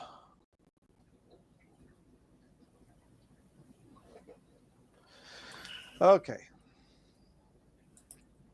Mishnah, whatever the Hebrew is there, it has already been established in a previous Mishnah above 10b that a woman who is presumed to be a virgin at the time of her marriage is entitled to a ketubah of 200 denarim, whereas a woman who is presumed to be a non-virgin at the time of her marriage is entitled to a ketubah, marriage agreement is what a ketubah is, of 100 denarim, a mina, whatever. The Mishnah we are about to consider continues in its efforts to determine which women are considered virgins for the purpose of the ketubah and which are treated as non-virgins. If a grown-up man has intercourse with a less than 3 years old, are you seeing this? And they're not condemning this. Or if a young boy less than 9 years old has had with a grown woman, or if a woman has been injured by a stick and as a result her, sorry about that, has been ruptured, in each of these cases the woman is entitled to a ketubah of 200 denarim when she marries. Okay, and you can keep on reading there. You can pause it and read it if you really want to. Yeah, so if a grown-up man has intercourse with a little girl less than 3 years old, or if a young boy less than 9 years old had intercourse with a grown woman, or if a woman has been injured by a stick and as a result her hymen has been ruptured, in each of these cases the woman is entitled to a ketubah. A girl who engaged in intercourse when she was less than 3 years old is still considered a virgin, for her hymen will grow back, and a woman who engaged in intercourse with a boy who is under 9 years old is still considered a virgin, for intercourse with a boy of that age is not considered a significant sexual act, and a woman whose hymen was ruptured as a result of an accident is still entitled to a ketubah of 200 denarim, for she did not lose her virginity through sexual intercourse.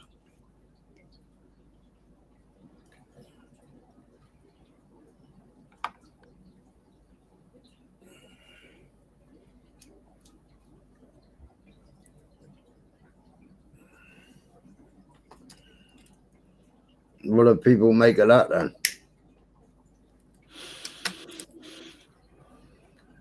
Crazy, isn't it? I mean, this is just one part of the Sanhedrin. Another part of the Sanhedrin says 3 years and 1 day, and for every time she sheds a tear, that's a hymen coming back.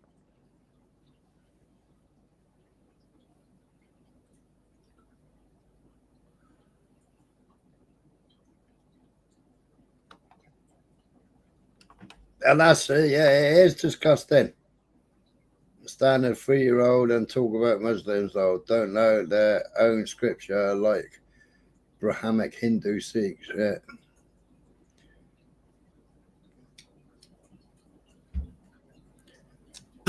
Well, they say, what did they say? They said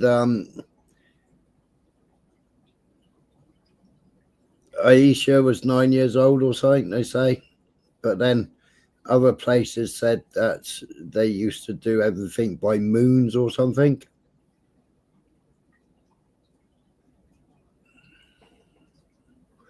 But then other people say that she was playing with dolls with her older sister or something. It's very confusing. But this, you can actually see it. Whereas in the Quran, you can't actually see it written down anywhere in the Quran. I tried looking in the Quran earlier on to find at what age they can engage in intercourse, and I couldn't find it. So, I mean, I don't know whether you've got it, Bird Nest, or whether you've got it, Blunt. I tried looking for it earlier on and couldn't find it.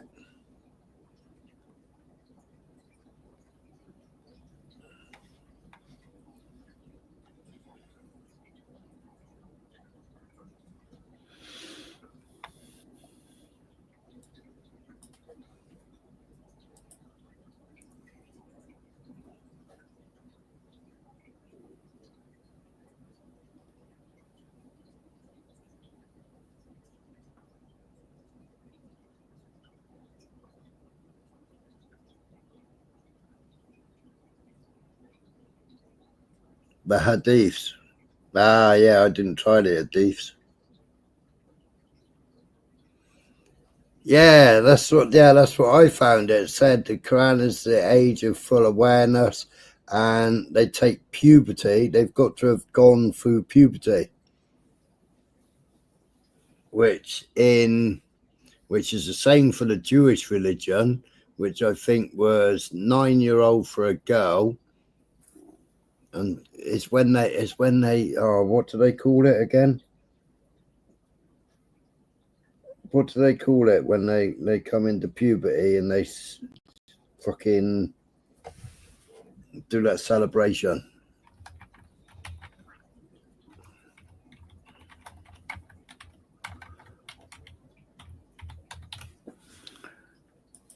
Bar mitzvah. It was a bar mitzvah, wasn't it? Was it bar mitzvah? Yeah. And bat mitzvah for girls. Yeah. Bat mitzvah. How do you spell that? Mitzvah. MITZVAH. It's bar for boys and bat for girls.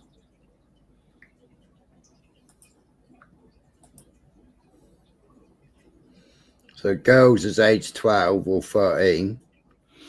That marks a tradition to adulthood, signifying they're now responsible for observing God's commandments.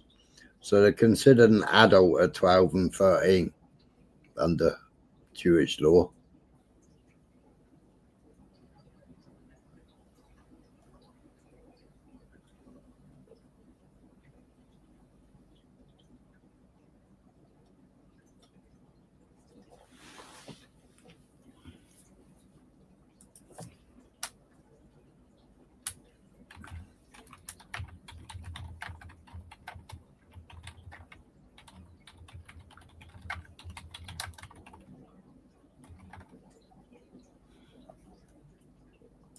There's 13 for a boy.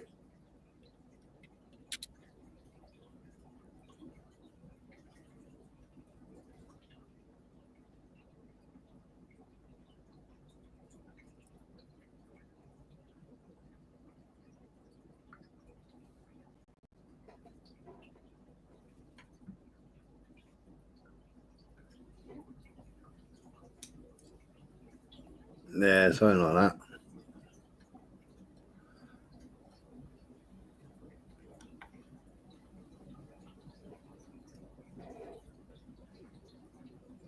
Yeah, the Quran is mainly about Allah and the Hadith are about the Prophet. But then it depends which sect, doesn't it? Because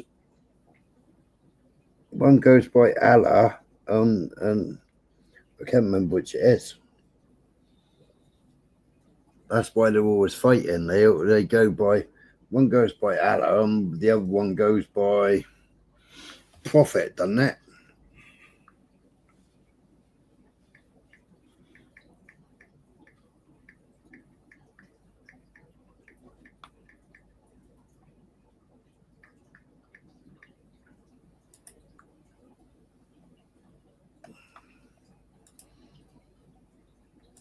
Yeah, Sunnis and Shias.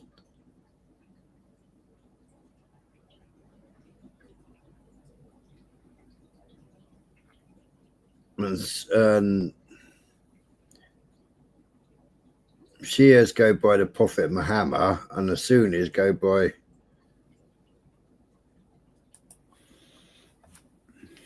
of the Prophet and leadership, Caliph, of the first 4 caliphs. And Shia,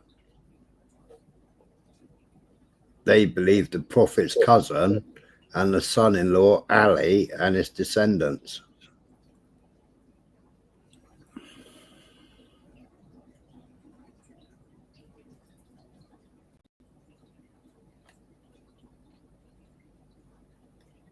The right sect is following the first generation of Muslims.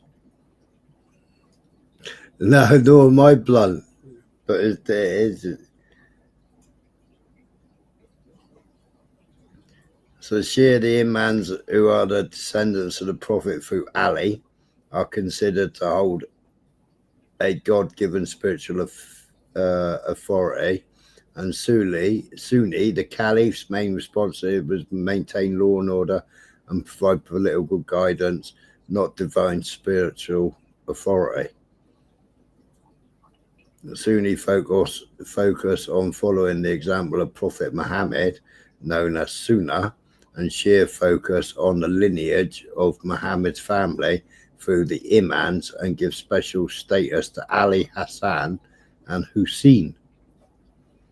Sunni adhere to Islamic law but follow different legal traditions and use analogy more than Sunnis. Shia also adhere to Islamic law but with a different interpretation of it. So it's all very confusing.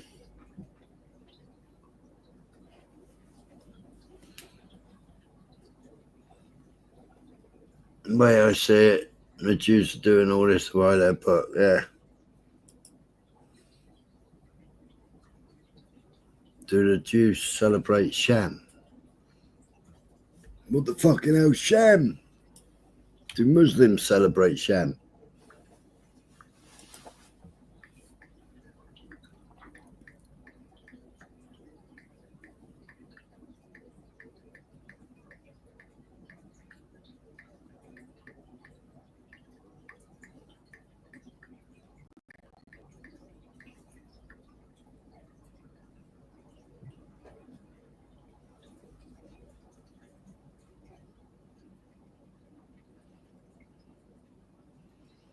Jewish don't do it, even though it's significant in Judaism and Islam. He's not celebrated as a festival or holiday by either faith. Muslims might observe a different holiday called Sham Anisim, a spring festival in Egypt, or they may acknowledge Shem as a prophet, but this is not a celebration in typical sense.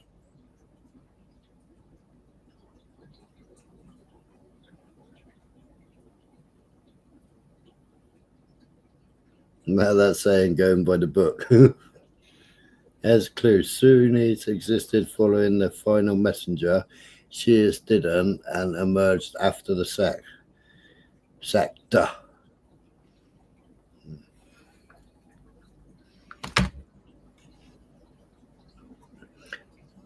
Well, November Man it's a bit more complicated than that as well. It's like it's a lot more complicated in that. In that it goes back to the papal, so it goes back to Rome. Now we know like BlackRock and Vanguard, and we know the banking and the usury, and we know all the monetary system, and we know that they're all tied up in the monetary system and all that lot, but they've been aided that way via the papal and the Jesuits.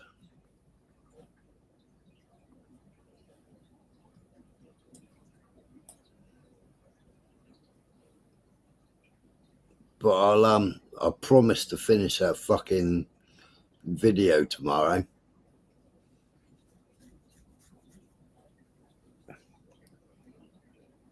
Because that is mad as poo. With Bibi gone, they're done. Well, it depends whether Ben Gvir, if Bibi goes, will Ben Gvir get in?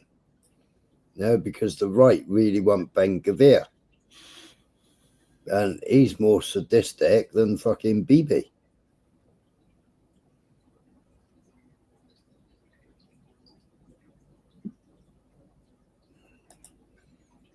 I think it's called Ben Gvir.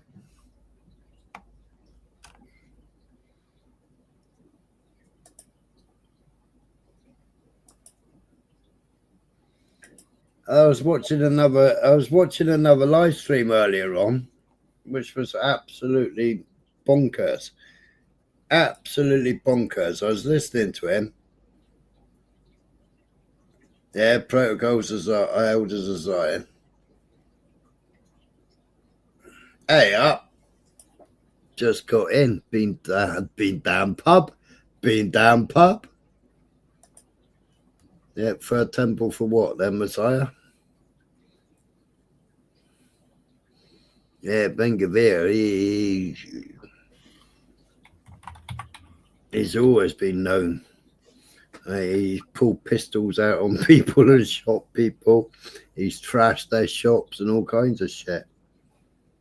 I was watching another live stream, or watching ghosting somebody's live stream earlier on. And they were talking about Saudi Arabia, you know, and they're talking about how Saudi don't support the Palestinians. But I need a piss, so you're going to have to take over for a minute.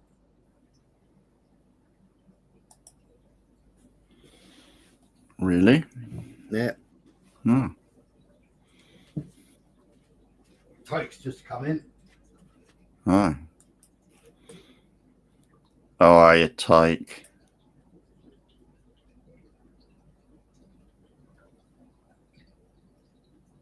How many you had then, Tyke?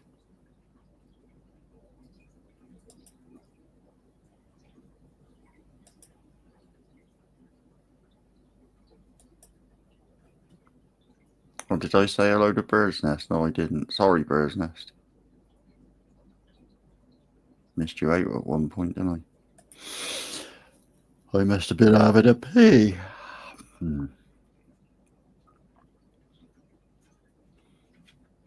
So we got interesting times ahead by the sound of it, haven't we? No, not really. But, oh, what's that? There. All right, so I was listening to it. And it was going on about the Arab world and Saudi Arabia and saying how Saudi won't support Palestine. Mm-hmm. And they don't support Palestine. Well, who's the supreme leader of Arab? It's the fucking Saudi prince, isn't it? Yeah.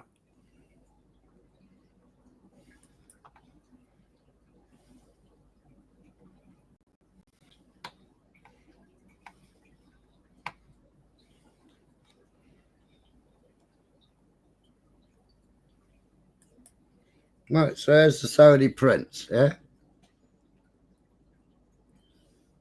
Saudi Arabia won't recognize Israel without a Palestinian state.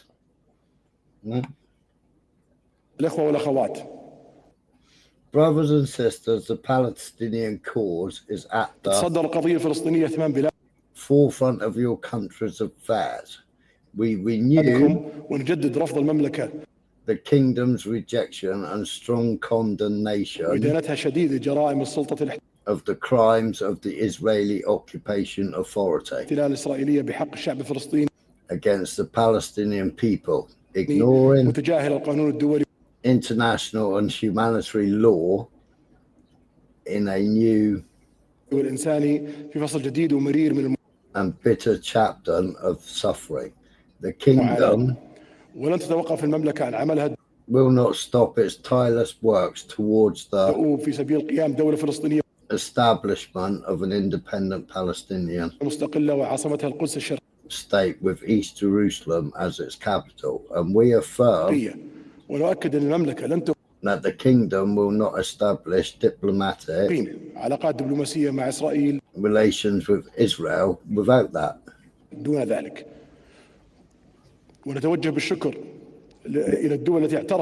We extend our thanks to the countries that have recognized the Palestinian state in accordance with international legitimacy, and we urge the rest.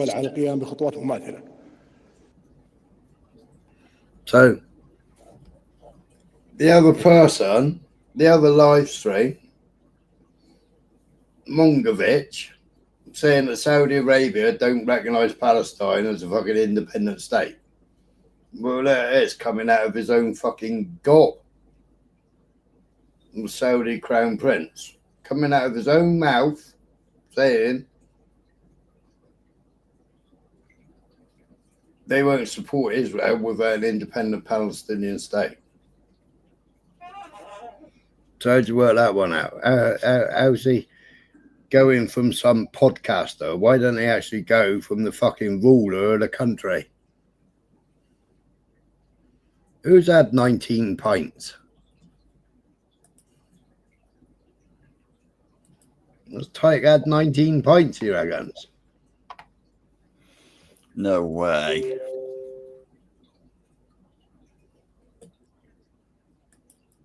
Yeah, he was live earlier. I don't know whether he might still be live. I don't know.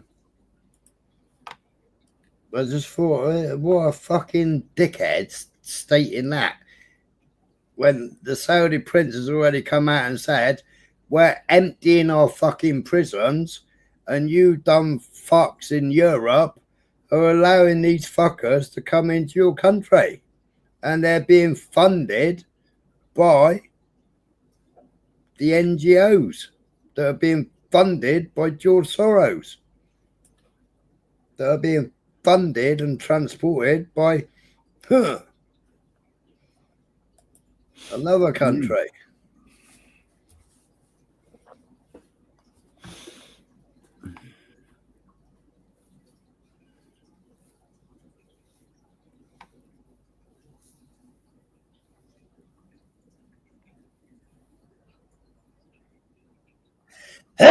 Yeah.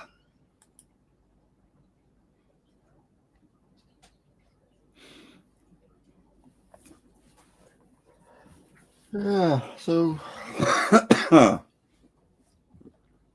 was wrong then. Eh? That was 100% wrong then, wasn't it? Mm.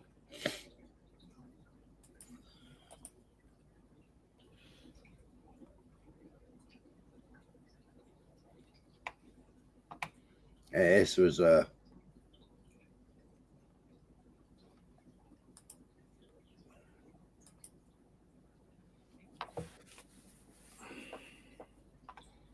this was another one. This is Jewish Voice for Labour. Yeah. Keir Starmer's journey to Jewishness.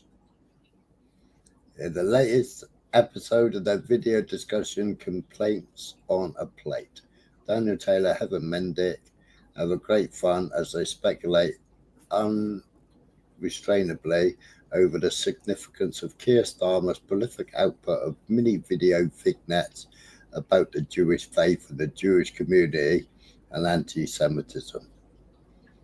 So they did a video. So it was 2022 when Starmer converted to Judaism.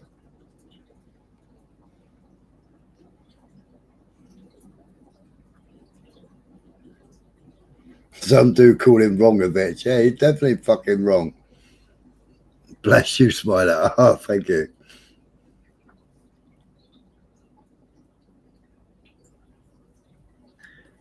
That's right, Blunt.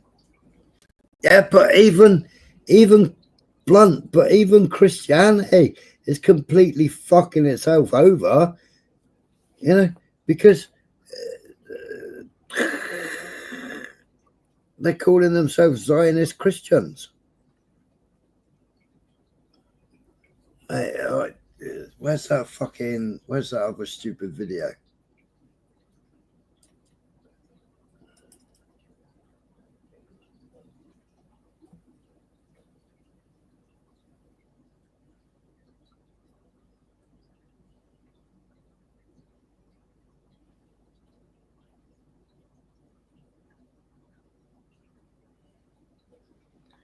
Let's find it.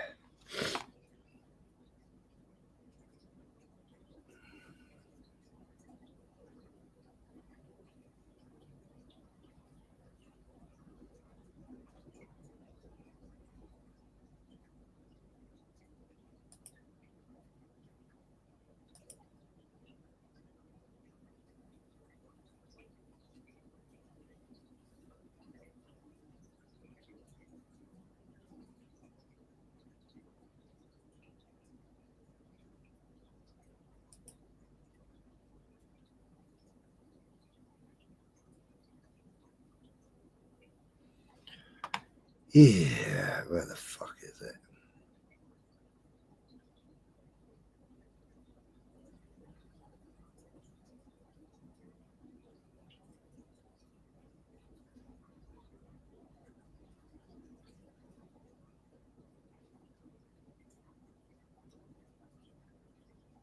Where be it? Where be it?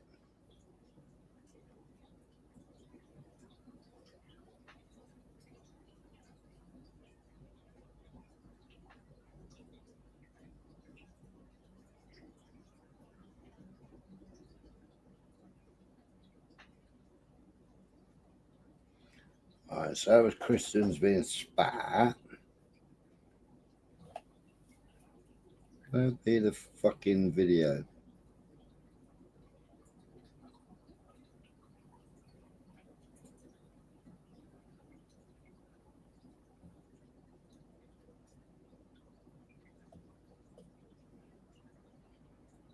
Oh, it was a fucking... Oh, where'd be it too?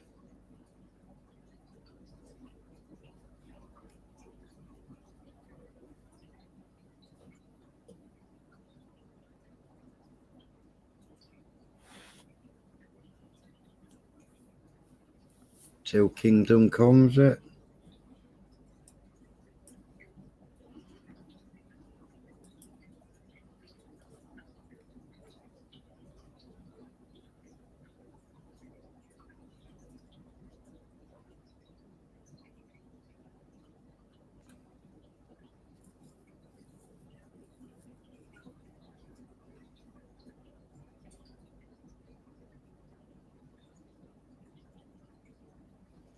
And that's it. Till Kingdom come. I mean, these are fucking Christian Zionists. How'd you get fucking Christian Zionists?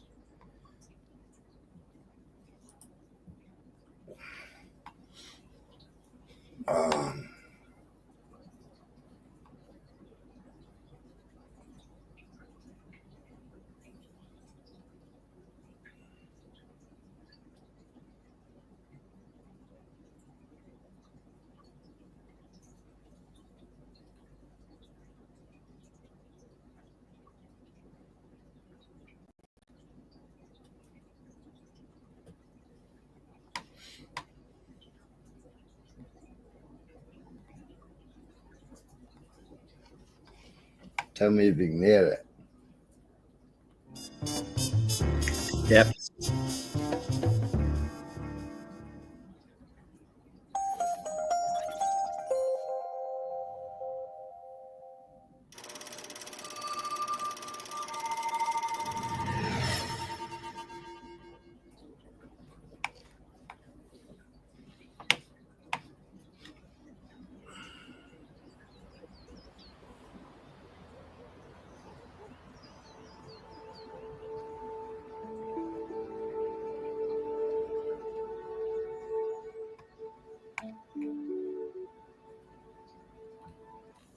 I mean, I'm not so naive to think that he didn't capitalize on that. He did.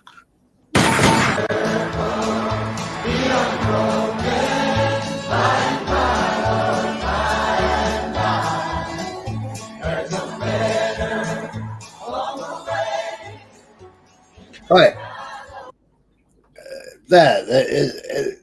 Jesus is coming soon. Blah, blah, blah, blah, blah. Yeah, right. Yeah. Right. This is all Jesus, Jesus, Jesus. Yeah. And like, it's a fucking total contradiction in them, isn't it? Welcome to Songs of Inspiration. I'm so delighted that you chose to listen to WMIK Radio, located here in Bell County, Kentucky. My name's Tomasa Reisner, and I'm the hostess for your program. As I listen to news reports from Israel,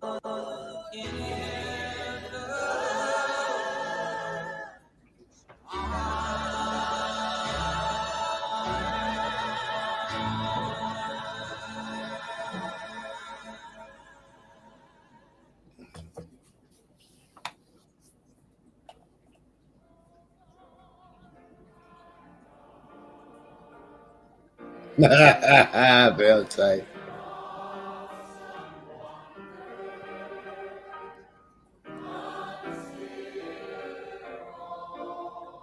believe there's events on God's calendar concerning the return of the Messiah.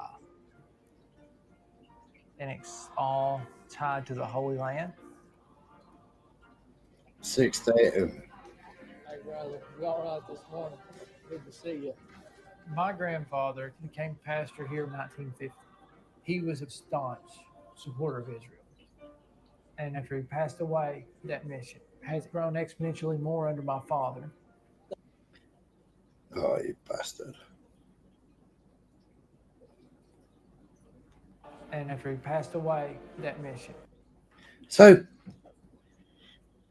how can they be talking about Jesus, right? And they've just hung the fucking Star Rampant on the cross. That's a strange thing, isn't it? Mm.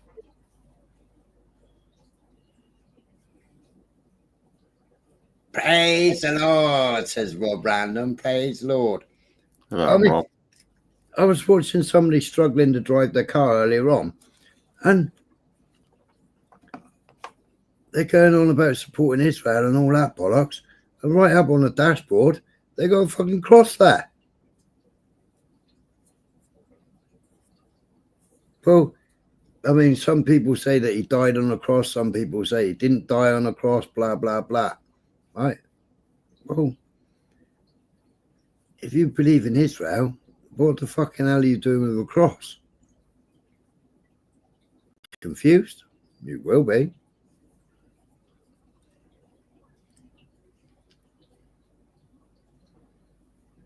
I mean, these fuckers are just mental. These fuckers are. Has grown exponentially more under my father.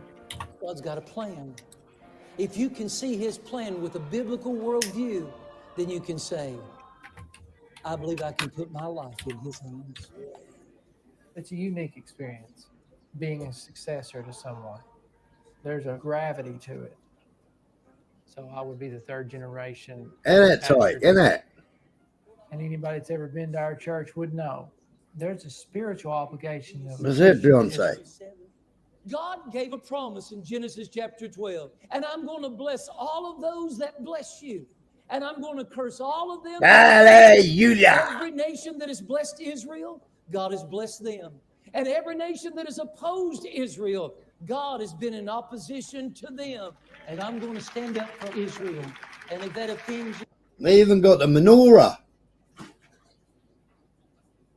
And what's Congress? Congress is the way they're all seated is a massive menorah.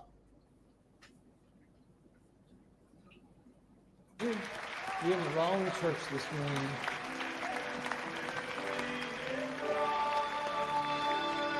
But I was there when he saved my soul. Every good thing we know.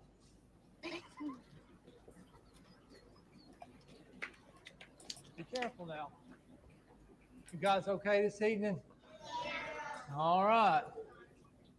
Every good thing we know, all the things we love about the Bible, they were given to us of the Jewish nation, Israel, their people. So everything now about the Bible is given us by the Jewish nation, Israel. Huh? The Jews are better than all of us. The Jews are better than all of us. These are supposed to be Christians. I like the Vaseline ad on the right-hand side. And you need to accept that. A lot of people hate Israel, the Arab countries, and they want to drive them into the sea. But we know what? That God will not cast away his people. When Jesus said salvation is of the Jews, he was right. He didn't say Right, salvation is of let's the ask. Jews.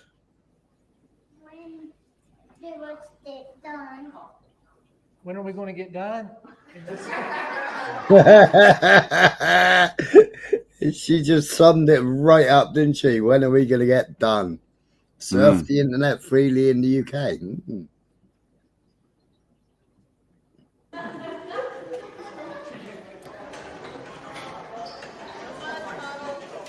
Well, I guess they got where, done. with the kids, where we start our indoctrination. Where we start our indoctrination. I mean, what the fuck? Where we start our indoctrination. I know that our indoctrination.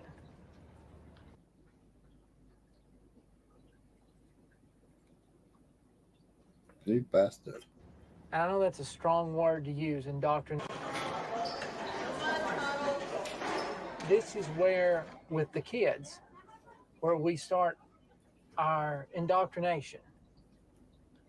I know that's a strong word to use, indoctrination, that it, it gets such a bad reputation, but that's where it starts. That's where it started with me when I was a child, that I was taught about the support that the church owes to Israel.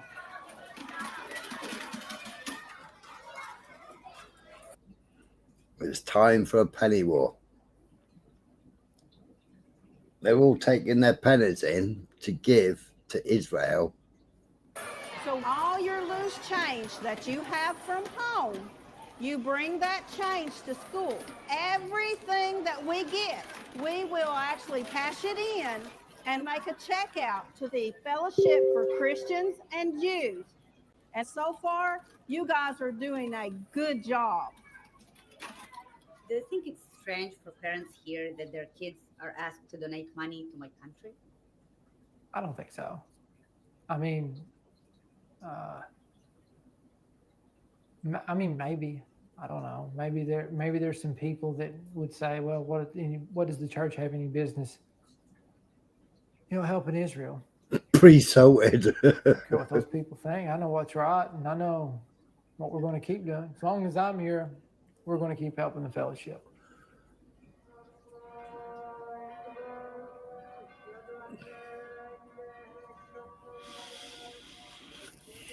So they save all their pennies up and give them, and then they go and give them to, so I think they had 25 grand, I think they had.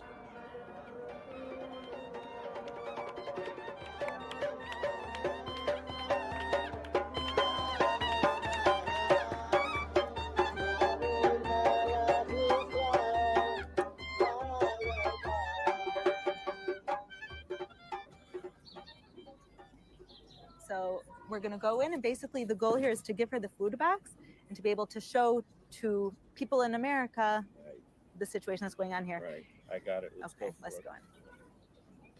You're okay with that? Happy.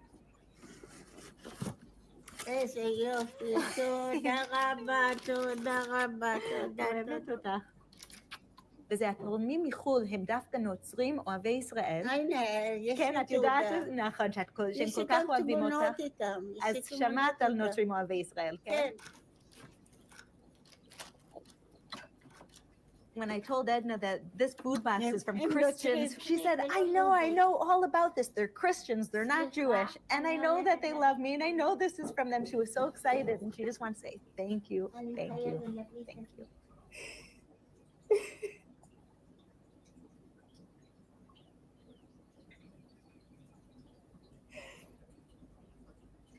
תטטו אותי תחת השולחן ולא רואים אותי. אני רק מספרת את הסיפור שלך למצלמה באנגלית. A 77-year-old woman who was in a terror attack can't afford a pair of shoes because otherwise she'll have to give up her food. She was in a terror attack at 77, in a terror attack. Where was the terror attack? And she can't afford a pair of shoes. So if she buys a pair of shoes, she can't afford food.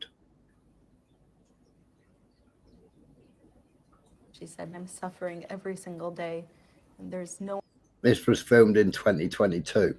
one here to help me, except for the fellowship, except for you guys.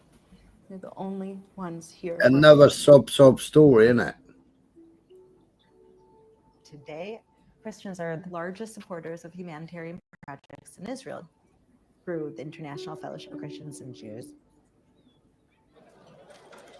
From food and medicine to security. Well, they all look well fed, don't they? Yeah. They ain't starving. You can't throw a stone in Israel without it landing next to a fellowship project.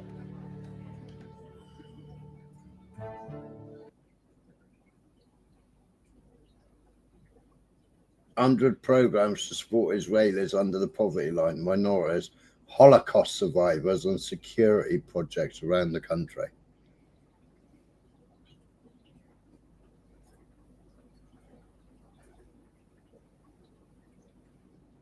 Yeah, and me, Beyonce. And fucking Palestinians are making them out of blocks of wood. Pallets. Making flip-flops out of pallet wood.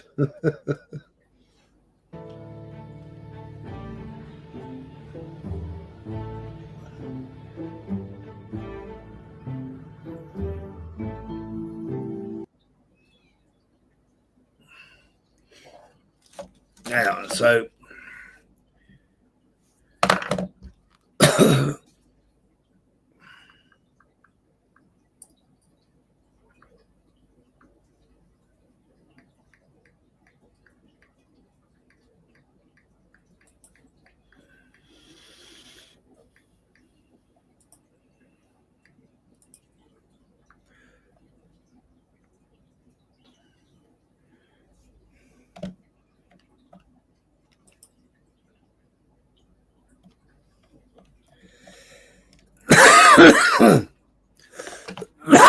so to be a Holocaust survivor, you've got to be 92 years old.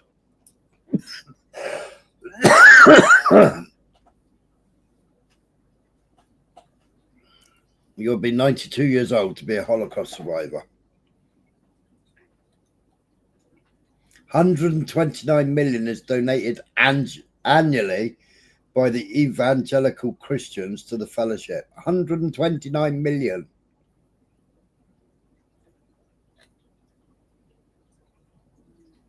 There.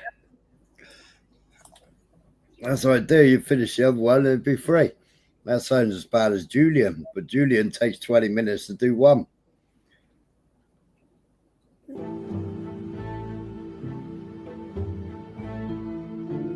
God has supplied international fellowship for Christians and Jews with amazing partners.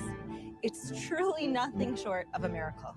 It is a miracle, and we've become the largest humanitarian, The largest nose in the planet. state of Israel. But all of this is only possible when you There's partner it, Blum. with us. Me and my father are a really good team because we kind of complete. Yeah, we're good beggars. We beg a lot of money off Christians because they fall for our sobs. Could you tell us a little bit about where we are right now? What's behind us?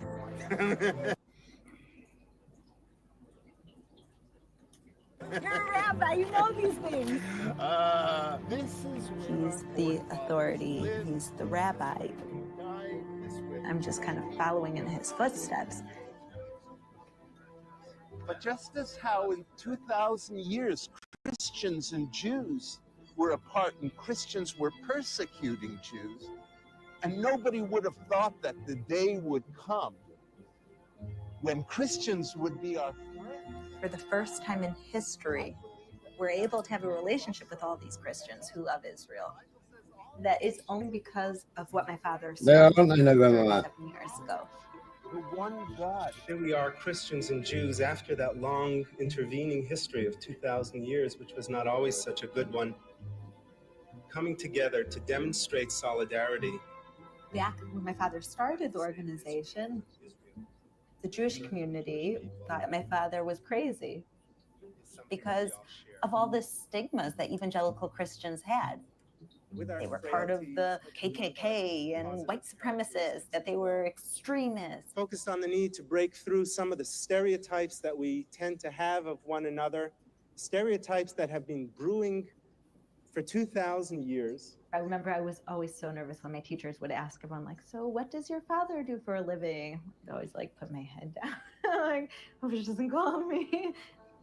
Back then, my father didn't have health insurance. He didn't have a salary. His friend, who was a lawyer, gave him a room in back of the law firm to work out of. Every day he would run to the mailbox. And if there were 2 pieces of mail, he'd be so excited. And he'd open it up and there'd be a $10 check. But then after a few years, he met the televangelist. What I've shared with you about how Israel fits into end-time prophecy, this is the most important geographical place on the face of the earth. This is where Jesus will return. The first sign was Israel being reestablished nationally. And then there's going to be great tribulation in Israel. They're going to have wars, natural disasters, disease, and Jerusalem will be trodden down until the times of the Gentiles be fulfilled. As Christians, we're going to be preserved. We're going up to be with him during that time. That's the rapture. And that's the wonderful hope that we have. So now we're watching end time signs for the second coming of Christ. And then after that, there's going to be an end time battle that we studied and looked at previously this year. This is going to be the culmination, the Battle of Armageddon. לפי הפרק האחרון בברית החדשה, ההתגלות, הקרב האחרון בהיסטוריה האנושית קרוי מלחמת ארמגדון. הקרב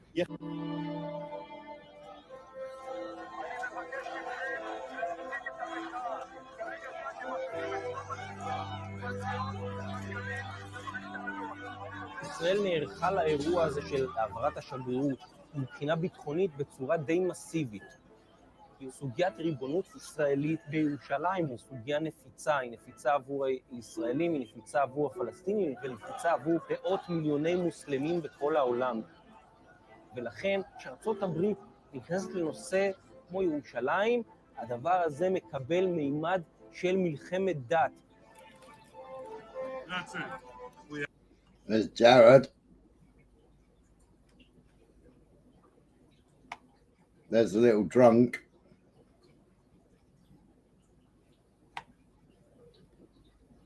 Have no. BB sleeps with Jared when he goes to America. Better friends in the world than the United States of America and the President of the United States of America. There wasn't peace before this, so if it brings violence, there already was violence. They never stopped trying to kill us. So now they might try even more, but... תסתכלו על רשימת הדוברים פה באירוע הזה, שהוא אירוע חילוני, ממשלתי, אמריקני. מדברים כאן אנשי דת, מטיפים, כמרים. זה לא דבר שרואים כל יום. Everything that happens in this world is according to your sovereign plan, but how grateful we are that we got to witness a part of that plan unfolding today.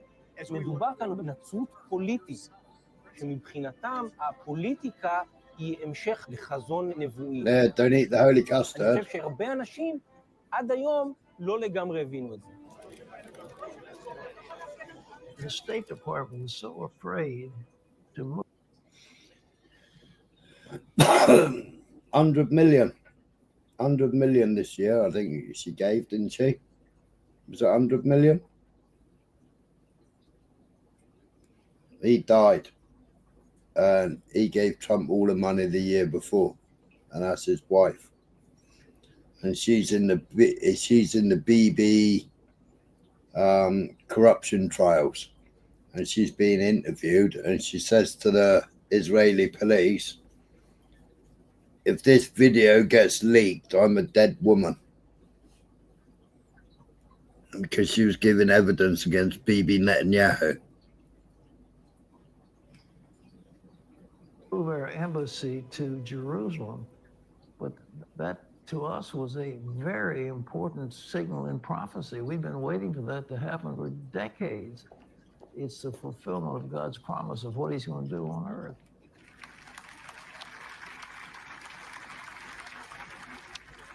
Today we officially open the United States Embassy in Jerusalem, the capital the Jewish people established in ancient times. Congratulations.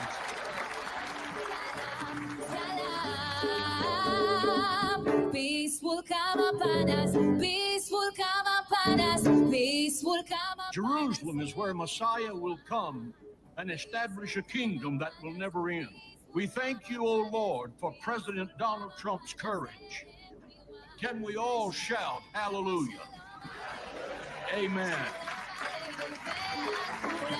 Salam, Aleinu ve'al kol ha'olam. Salam, salam, salam, Aleinu ve'al kol ha'olam. Palestinians angry about the move, saying the U.S. is no longer a partner in the peace process. Palestinian leaders warned that the embassy switch was an act of war. Deadly violence across the Palestinian territories and scenes of bloodshed set against the Jerusalem celebrations.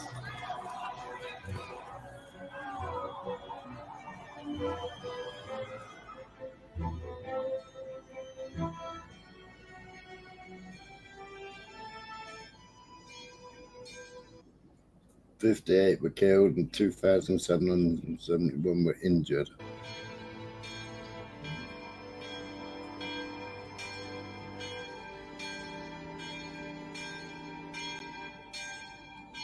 It couldn't get any worse here, really. Everything is defined by the occupation. Where's the bit where she's in the car? And I think that with the move of the American embassy, we have reached a dead end here. Well, I want to be on the blessing side because we need so much help. We are not a rich area.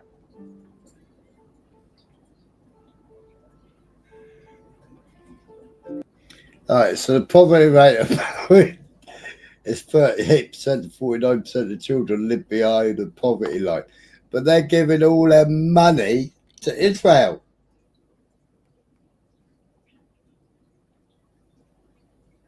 Well, I want to be on the blessing side. So meanwhile, they're living like that and giving all their money to Israel. Because we need so much help. We are not a rich area.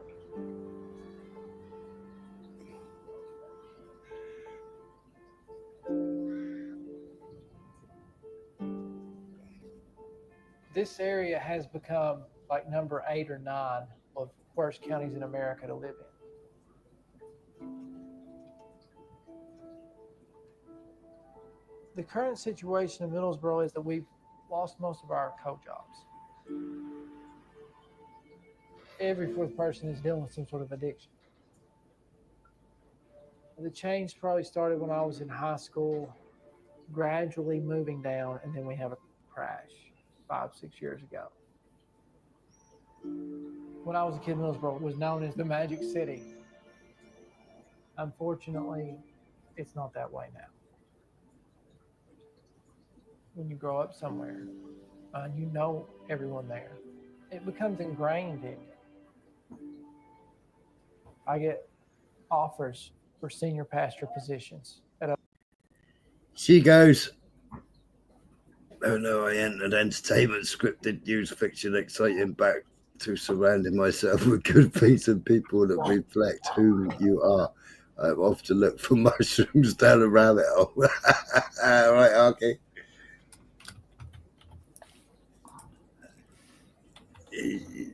She was riding in the car and she went, "What, people live in there? People live there?" And then they all go off to Israel and see how Israel lives, and they're sending all their money to Israel. And it's like, what the fuck?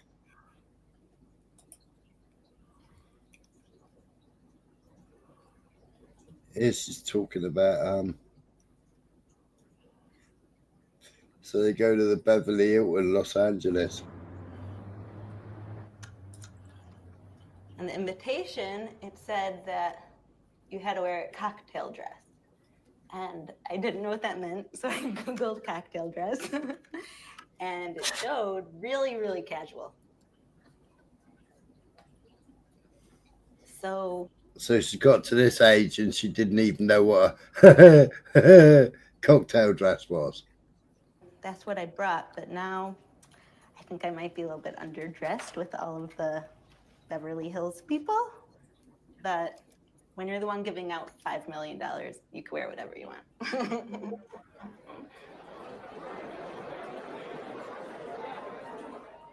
Friends of Israel Defense Forces annual gala. And she's going to give out $5 million.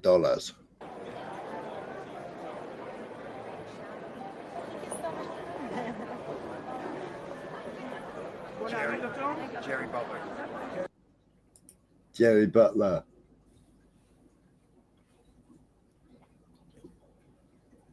Famous actor. Jerry Butler is a superstar in our country. Yes. Yes. Do you know who that is? No, but he's obviously. I think he's from Hollywood. Huh? I think he's really famous. None of us know who he is. These are people here who are all some of the most influential people in America. Sheldon Adelson and Chaim Saban probably don't agree on much. And I'm sure Chaim disagrees with a lot of what our donor base believes. But there's one thing that we agree on, Israel. Yeah, they're the richest people in the room, they are. Hello. Nice to meet you. An honor. I was with you at the Hanukkah party at the White House we met there. Yeah. Jews are dwindling. How many Jews are there in Korea? And these Christians are still growing. There are 40 million in Brazil, the Philippines. I'm going now to Singapore, which has a lot. It's a question, do we want to have more millions of Christians standing with us? Israel and the U.S. defend democracy together. For 70 years, we've stood together, side by side. Together, let's open our hearts, extend our arms, and yes, dig into our wallets to do something for those that protect Israel. I built the International Fellowship of Christians and Jews, where Christians have given through us $1.4 billion to help Israel and the Jewish people. $1.4 billion.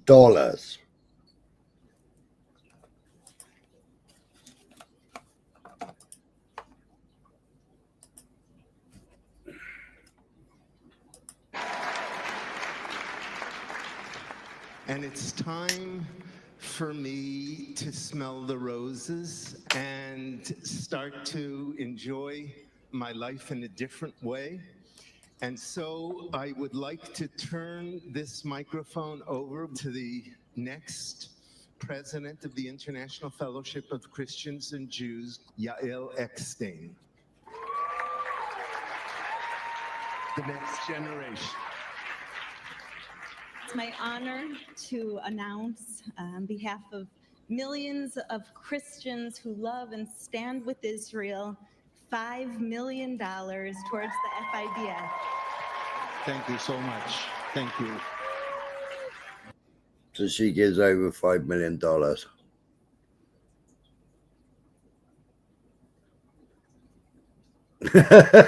Michael.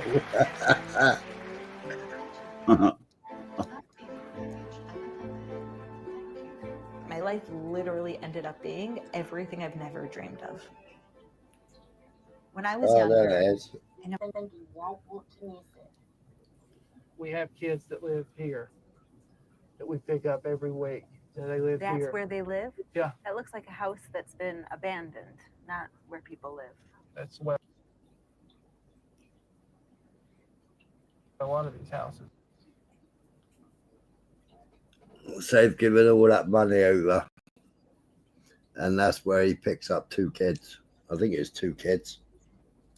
Wow. And we have older sisters bringing in baby brothers and sisters. To indoctrinate them, remember, to indoctrinate them. Just because the mom doesn't want to watch them. What I've seen, Pastor Boyd, is this revelation of Genesis 12:3 that every church has to take care of their own and the local.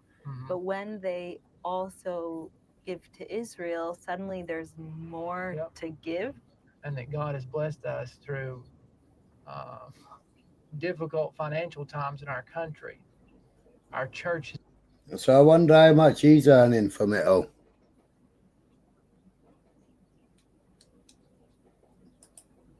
I wonder how much he's earning from it all. Mental, innit?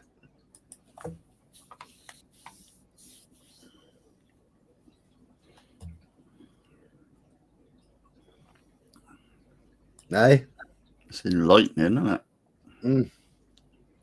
How much does he earn from it?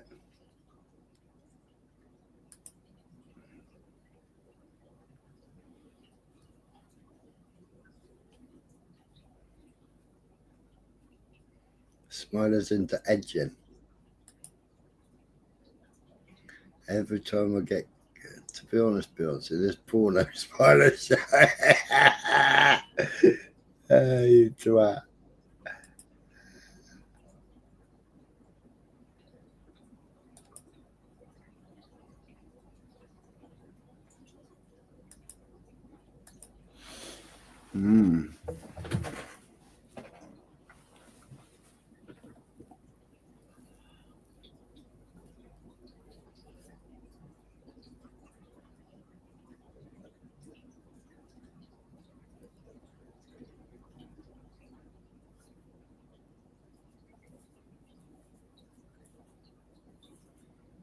Oh, where's the fucking...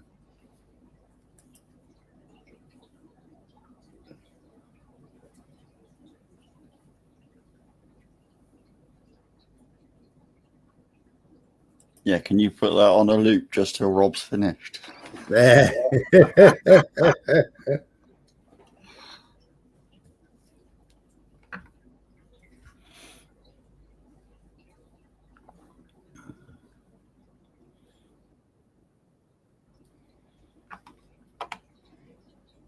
Is this it? It could be.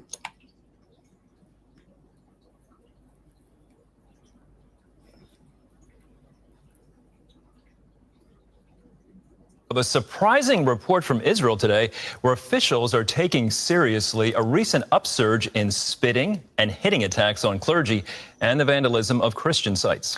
Christians in Jerusalem's Old City say they've been repeatedly assaulted. So how are Christian leaders responding? CBN's Julie Stahl brings us the story from Jerusalem. The situation led Israeli President Isaac Herzog and Police Commissioner Yaakov Shabtai to meet leaders of the Orthodox and Catholic churches of the Holy Land. In recent months, we've seen very serious phenomena towards the Christian denominations in the Holy Land. Our brothers and sisters, Christian citizens, feel attacked in their places of prayer, in their cemeteries, and on the streets. Christians in Jerusalem's Old City say they are often harassed, spit on, and even physically attacked by religious Jewish youth. I view this phenomenon as extreme and unacceptable in any shape or form. This phenomenon needs to be uprooted. Earlier incidents include the desecration of a Protestant cemetery on Mount Zion, an attack on international Christians during a day of prayer for Jerusalem, and harassment at a Messianic concert in Jerusalem. We must respect the members of all religions. We've committed to this since the dawn of our existence. This is the most basic commandment of love your neighbor as yourself. Church leaders expressed their desire to work together with Israeli authorities. We need to work together in order to encourage coexistence and solidarity between us, and the love between us, because we are brothers in the same state. We live in the same places, and we need to live together in quiet and peace. Recently, Israeli Channel 13 reporter Yossi Eli went undercover as a priest for a day. Dressed in a robe, he walked through the Old City with Franciscan Father Alberto. In the first 5 minutes, he was spat at 5 times by Orthodox Jewish Israelis. In Haifa, Israel's police commissioner said the police are working to eradicate incidents and trends that affect the sense of security. We're here to reassure you of that and to offer any assistance that may be required. As part of the cooperation between all the parties, we're working to... And how much money did they give them? 5 million, wasn't it? Yeah, that was just one. The other one was fucking mega millions, wasn't it? But they all get spat on. Oh, Rob said he's finished now. He's having a smoke. Wow. That's that's daily life. That's that's what they think of the Christians.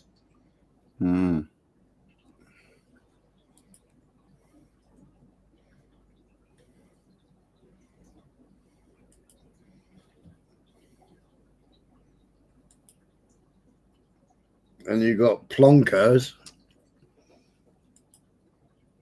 Yay! I'm a Christian and I support Israel. I got my Christian cross on my dashboard. But when I kick you out of my chat, I'm sending you to Palestine.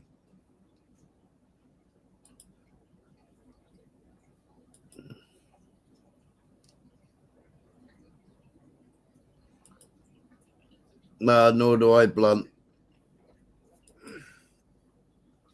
Because over and over and over and over again, there's only about 4% in Israel that are actually Semitic.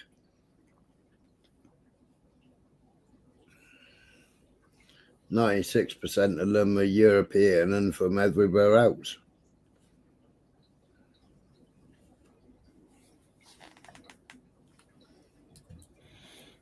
But then 20,000 of them they're getting rid of, aren't they? Sending them to England, sending them to Europe. £2,000 don't pass go.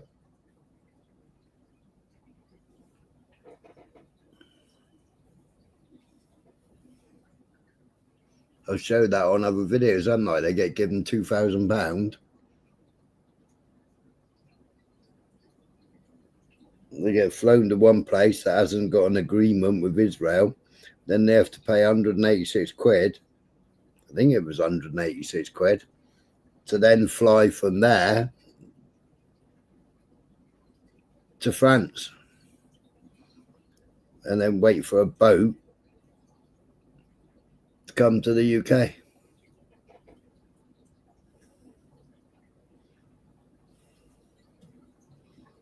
And then met by Israel Aid.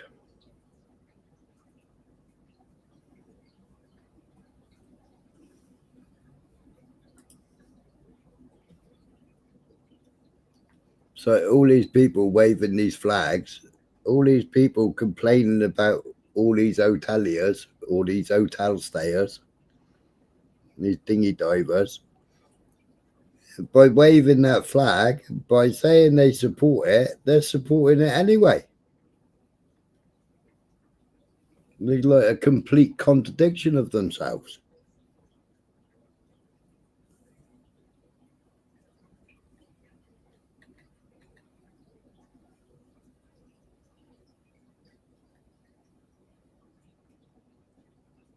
One day I should pay attention.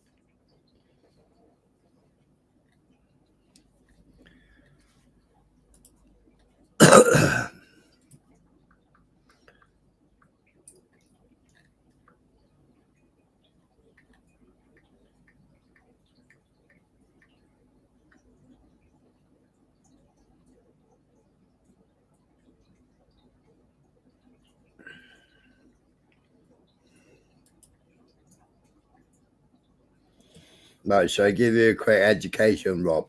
Yeah. Semites are people who speak or spoke Semitic languages like Arabic, Hebrew, Aramaic, and are historically associated with the Middle East and parts of Africa.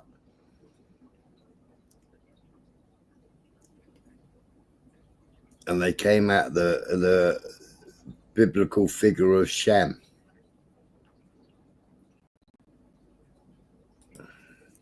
But the people in Israel now, they don't speak Hebrew. They speak a new Hebrew. It's been Hebrew was bastardized, and it was changed.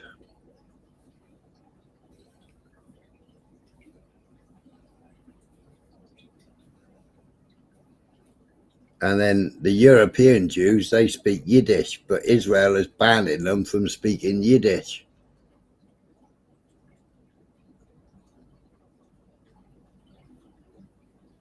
Yeah, that's right, Tyke.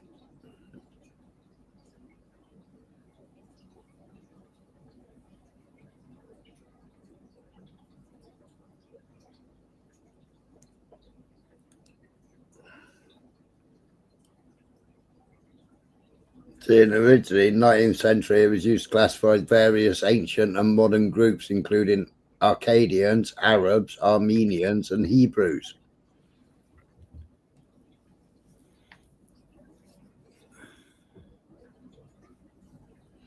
Doesn't include Ashkenazis, does it?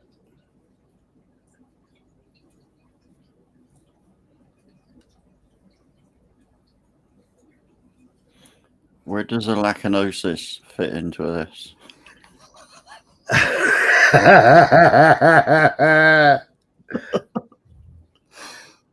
Go on, play the clip. Play it, play it, play it, play it. No. Play the clip. Play the clip. Play the clip. No. Play the clip. Ashkenazis. My leg won't stop. My leg won't stop. Go on, play it. No. Go on, No. play it. I dare you. I can't. I dare you. No, I'll only get into trouble. One in the chat for him to play it. One in the chat for him to play it. You Come on. One in the chat to play it.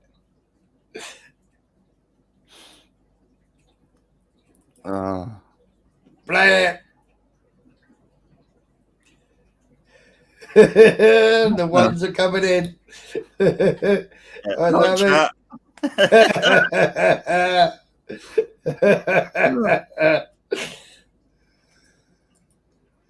Oh, God.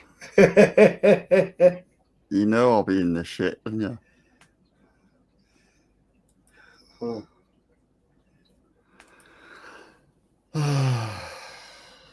Well, send me the clip. I'll play it. I'll take the blame. Oh, Christ. I haven't got it clipped. Labby, you don't want a number 2. Fucking hell, you could be a number 1.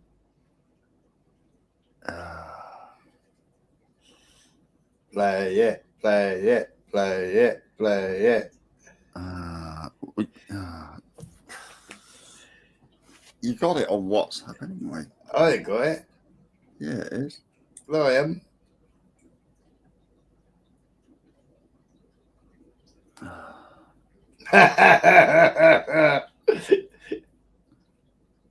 You have to explain to everybody what fucking Ashkenosis is or whatever the fucking hell it is. God. You can't blame me for bastardizing the word Beyonce because I ain't even got a fucking clue what the words are.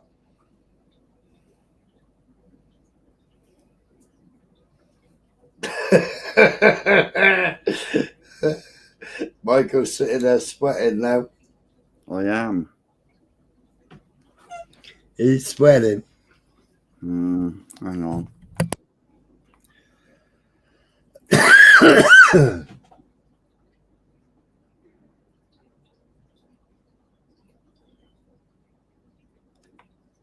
Where's he gone?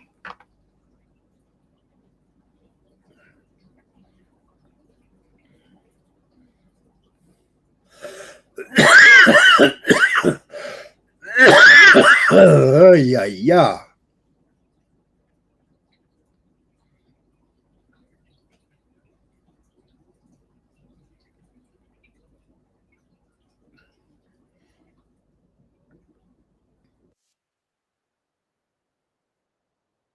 Well, I'm not playing. I don't know where it's playing from. You what? I got something playing in the background and I haven't got a fucking clue where it's coming from. Have you? Yeah. Oh. There's weird music. Oh. Lammy wants link.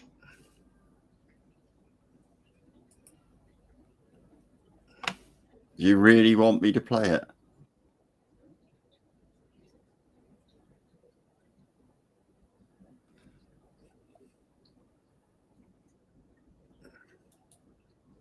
Didn't I pin it? Oh, I never pinned it. Why is that on top hang chat on. over there? Oh, yeah, you've just put it in now. Oh, I'm just going to put it in.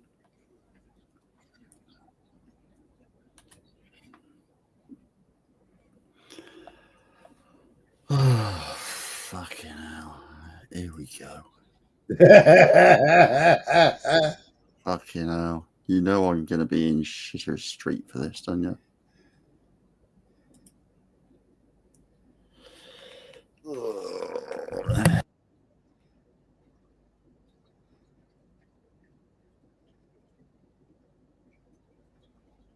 Where's this fucking music coming from, man?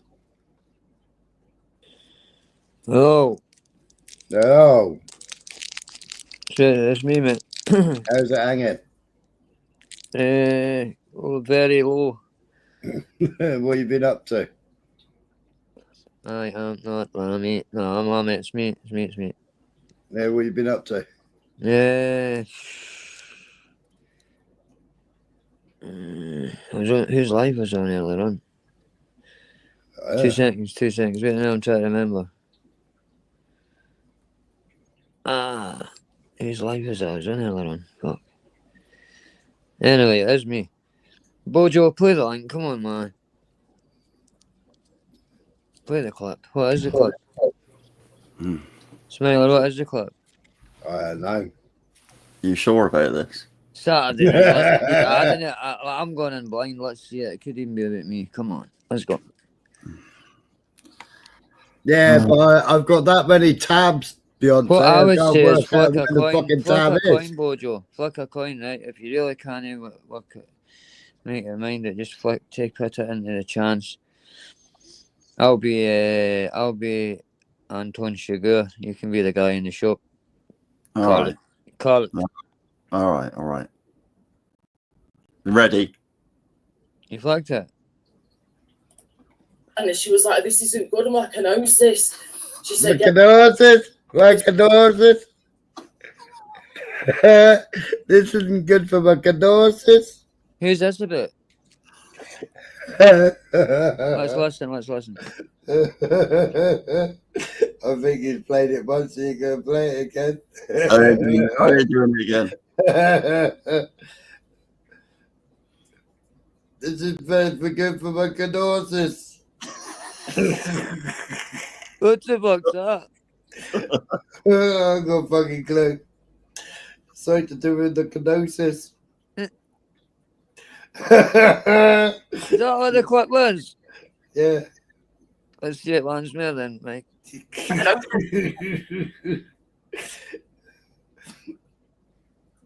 Go. No, I ain't doing it again. Roll VT. November, man. You've done it once. Come on, you've done it. All we need to do is go back and rewind it. I'll go back and rewind it and play it through my telly, right? Can't do it again. Bojo, I'll do it for the 10 minutes, right? Google said no when I asked what it was. That's it. You know what's going to happen, don't you? Yeah, I've got that many tabs. What I would say is flick a coin, Bojo. Flick a coin, right? If you really can't work it. Lammy, we got Echo. Chance. I'll be Anton Sugar. You can be the guy in the shop. What the fuck? All right. Ready? You flagged it. And she was like, "This isn't good. I can announce this." Ready. He's like that. And she was like, this isn't good, I can announce this. Oh, She said, what? Just put it on a fucking loop. and she was like, this isn't good, I can announce this. I don't know, John. No, I was just, you got to learn to rewind the live on your telly, that's what I meant. So what was that all about? And how's getting on, lads? Oh, not bad, Lammy. Sweet. I've been better. I don't even know the context of that or anything. I don't even know. I think that's Laura. It sounded like a last year it's got all the medical ailments. Have I just walked into something mental here, I take it? No. Alright, cool. No. Saturday night then, eh?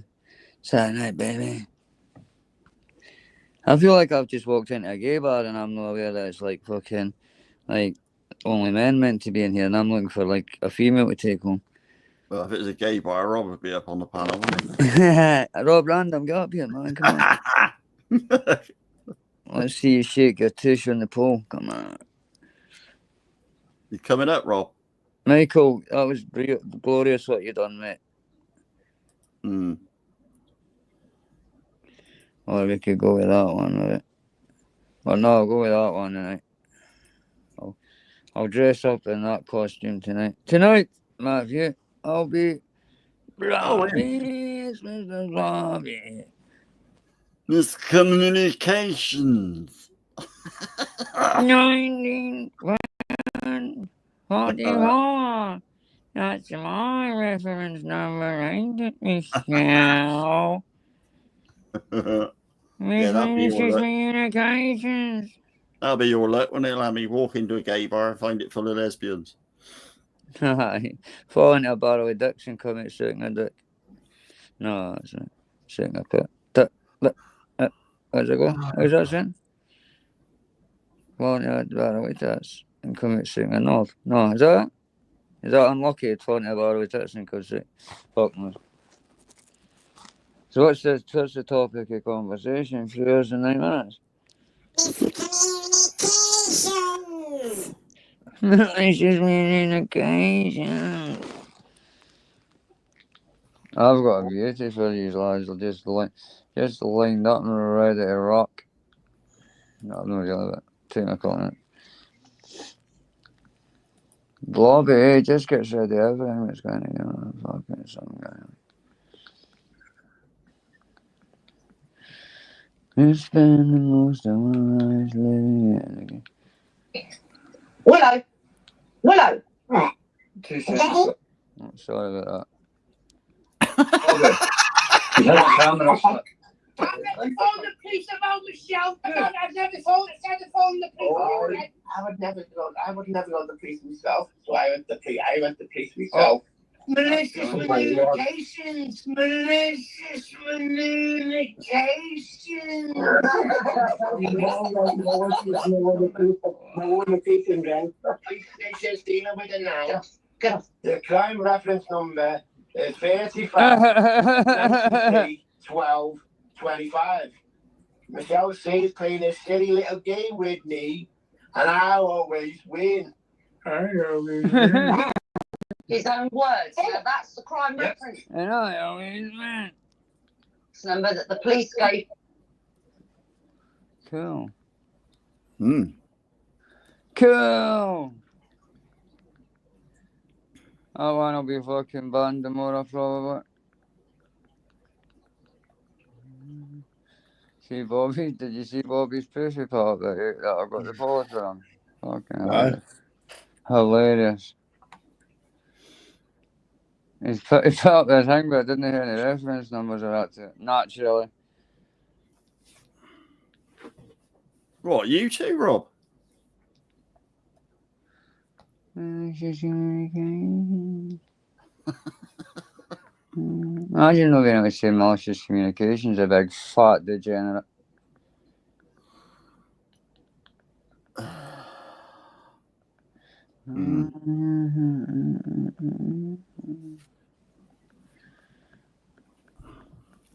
But apart from Bobby being a lion,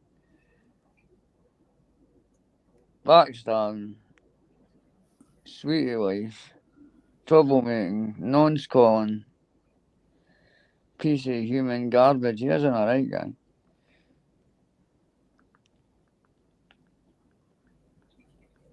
Apparently.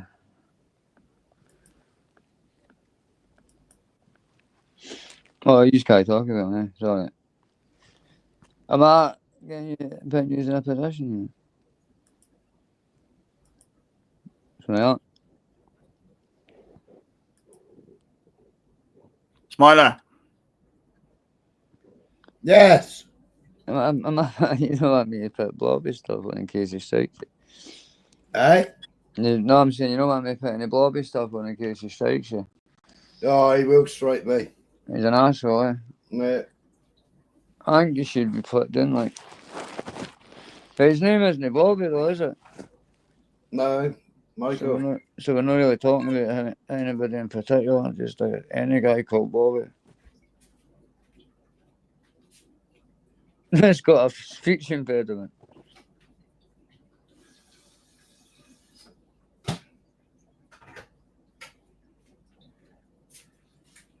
No, somebody beat him up and threw a fucking dog squeaker down his throat. Or they give him a karate chop and fucking squashed his windpipe. I don't know what happened. It was something. Well, it's all the fat that's hanging around his. It was something chins. he got popped in the face with, I think, when it was something done in 2015.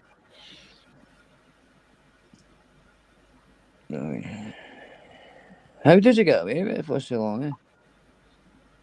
Eh? How did you get away with it? That's what I didn't understand. Like, folks seem to just, like, listen to him and that, eh?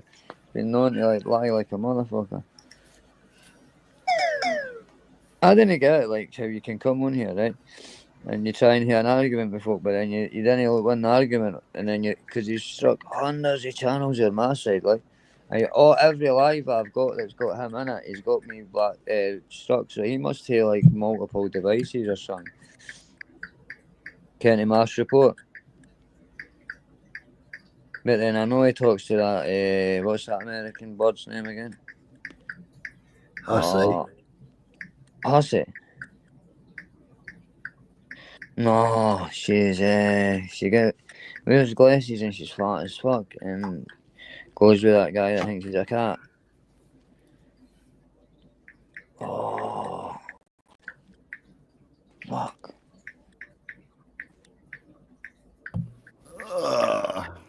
UK lady, right? Fucking that's UK Hussey. No, lady. Hussey. UK crazy. UK slutty. Is there loads of them? UK not so fucking English. Is there a wee gang of them, like? No, it's just all the fucking different names she's got. Oh, right. Faces of YouTube. Faces of YouTube. Oh, is number that Faces 2. of YouTube? Right, that one. Right. I thought it was Feast of the YouTube. Yeah, Feces of YouTube. Oh, that's what it was. I thought. Go on, Bojo.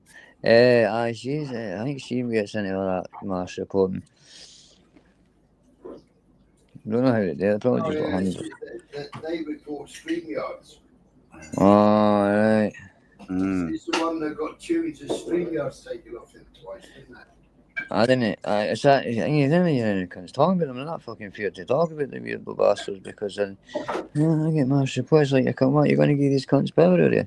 You take my channel. I'll start an other one. Simple as fucking that." If YouTube and Google are going to let and StreamYard, they're going to let cunts manipulate the system like that, then go fuck us. That's why I'm not renewing my license, man.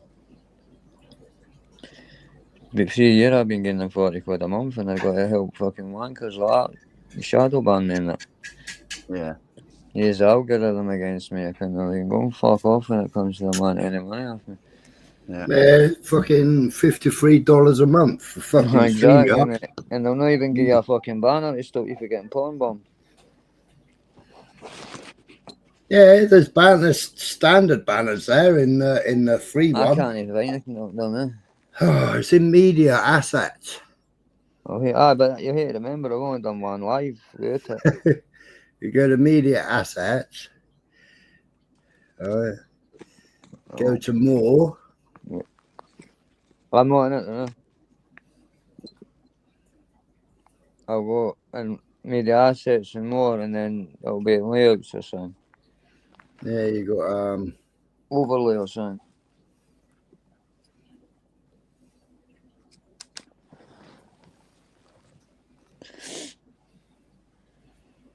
No, where the fuck are they? More. Somebody was General GC was looking for him today and couldn't find him either.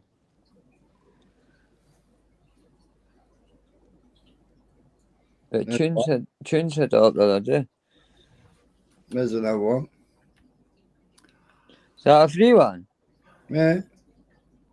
Well, one off just cut like kind of. There's another one. Yeah, I'm a bit behind. Where's the fucking... There's a big welcome sign, is there not? Yeah, there it is. No, that's a different welcome sign, that is. Why haven't I got the I'm fucking... not seeing any welcome the signs. other one. Oh, right, I hate to keep pressing it, like. Press for that's all sound. right. That's alright. I could just use that. That's better than the ones I had. I just need an intro and an outro. It's only bad. Have they got that one with like bent over fingers and shaking up and down? No. Where's the other fucking... There's other free ones as well. Don't you get them if you've got a fucking... Oh, Beyonce just said there's free videos to use that you can put on a loop for a banner. Yeah. Oh, that's all right then. Yeah, Triggered.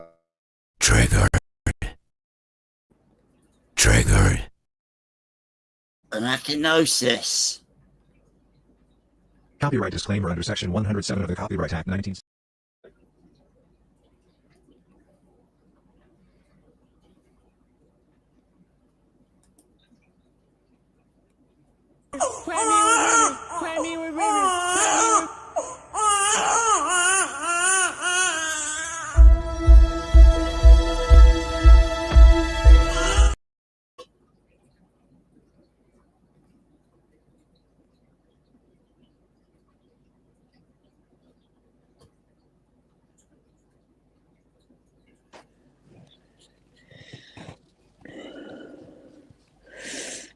Right.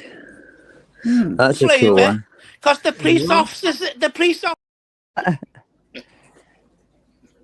Blobby is Mr. Blobby. Oh, that Fat was... degenerate mother. Fine. Yeah, you should have that one. Couple of ones back that was really flashy. You should have that one on. Beyonce knows his stuff, one. eh? Beyonce's a genius. That's a cool one, I like it. Yeah, that one. That leave is that that on. a free That's one? brilliant. Is it, aye? That's brilliant. That is. That is. I'm going to use that one. No, that's one of mine, that is. Do I really look like a guy with a plan? You know what I am? I'm a dog chasing cars. I wouldn't know what to do with one if I caught it. You know, I just do things. The mob has plans. The cops have plans. Gordon's got plans. You know, that's they're cool. Schemers. Yeah. Schemers trying to control their little worlds. I'm not a schemer. I try to show the schemers how I like that one too. Their attempts to control things really are. So when I say that you and your girlfriend was personal. Yeah, Beyonce said, have you put the new video to StreamYard yet? Hey? Which one, Beyonce? The Green Snake was cool, and so was it was the first one. The one before the Green Snake. You're not added the new video to StreamYard yet, Smiler. New video. Oh, see, I can't call at the right time. Jesus Christ. Always Coca-Cola. Oh, that's a welcome one. There's a welcome one now.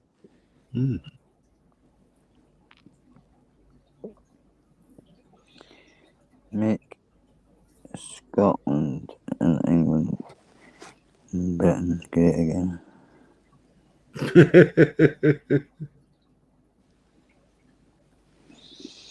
I drink that.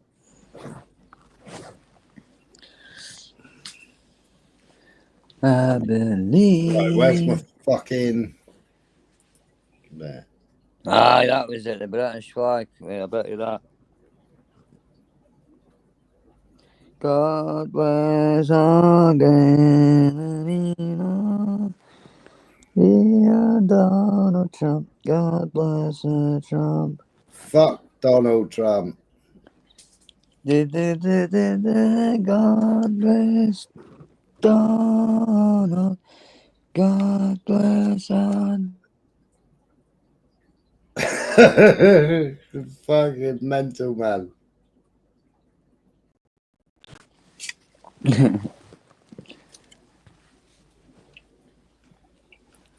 What are you up to tonight, Michael? I'm just watching people waving knives around. Oh, yeah, where? Sure. Well, where do you think? Tunes live. No. Bastard. Is it Spunkfest? Yeah. Is it? Is it? Whose panel's he on? Where do you think? Give me the link to it. I'll go and have a word with Spunky if he's No, still on Mongos. No, PP. Who? Predator Palace. Oh, Okay, Predator give Palace. me the link and I'll bounce on and talk to Spunky for a while. Spunky respects me. What the fucking hell is he called? The Drip, the Blue Drip. Chubby Rain. I don't know, just put his link in and I'll bounce there. You want it? Chubby Rain. I don't know who that is. I haven't got his link. No, sorry, fuck it. I'll do and get Spunky. I'll give the guy in the panel. Wind him up. You got his link there? No, I don't know any of these guys. No, I'm asking Michael. Chubby Rain 4 7s. Yeah, if you've got it on another screen, if you just right click it, I only know what that'll give you the link and then just drop it in the comment for him. Drop it in the back chat and I'll just bounce. There you go. Back up Spunky. Predator Palace. What do you want me to do? Who should I protect Spunky against? I'm not just go and assess the situation and wooden spoon it. He's a fucking wrong one. I don't even know who they are. I know who Spunkfish is. No, yeah, Spunkfish is a fucking wrong one. I've not. What's he done? Lots of things.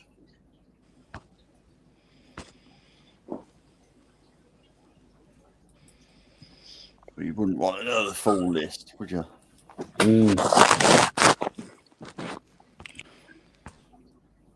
Yeah, innit, Beyonce?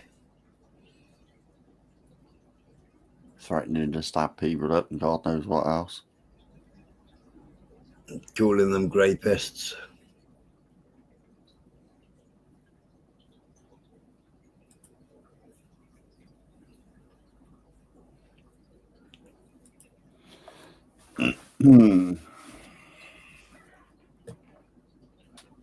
All on a free pass because he's drunk and the spirit entered my body.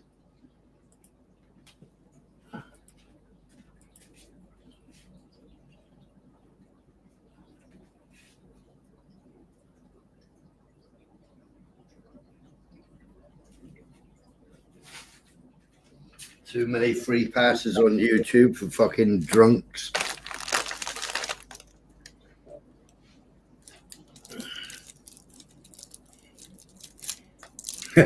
Spider for Trump.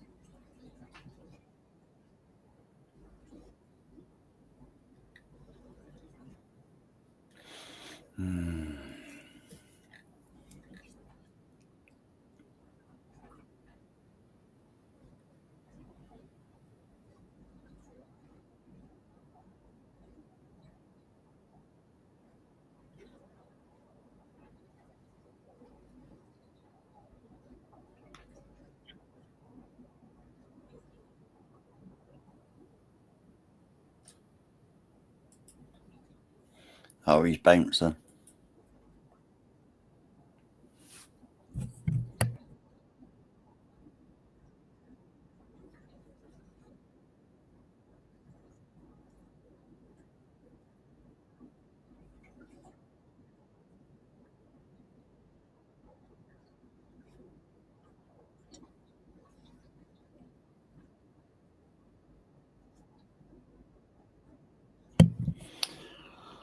Oh, and it gone quiet.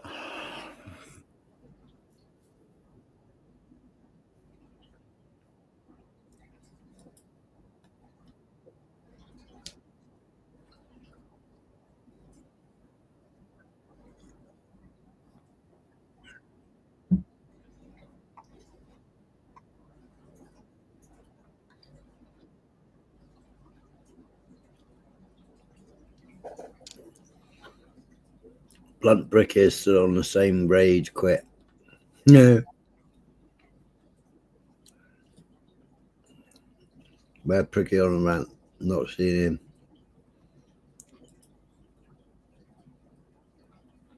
Yeah. Yeah. You do know that Israel is a person and not a country.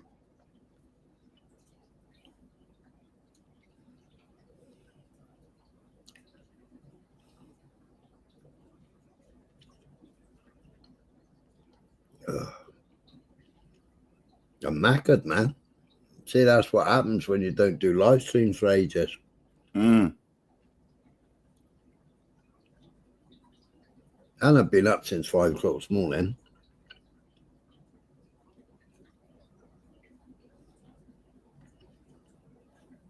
That's what happens when you get in bed at 9:30 at night.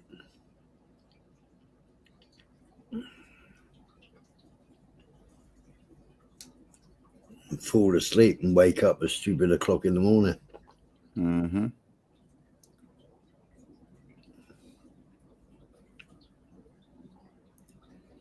Yeah, he did, Beyonce, he did. The streamer's fatigue.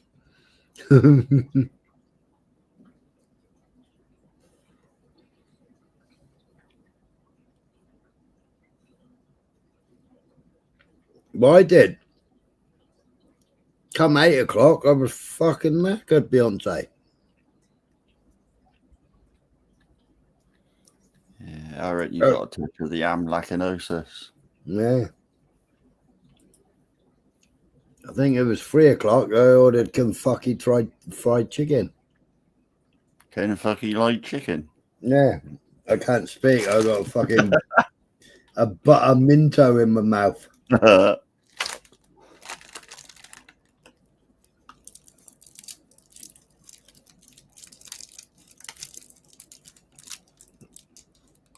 Tight's got that fucking there.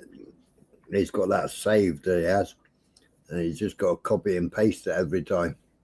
It's the same, Michael.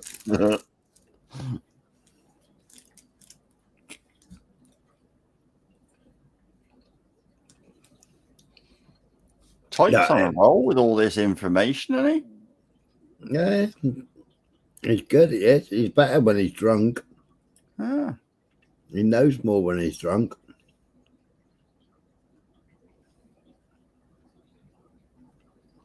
Yeah, I used to do that all the time, November, man.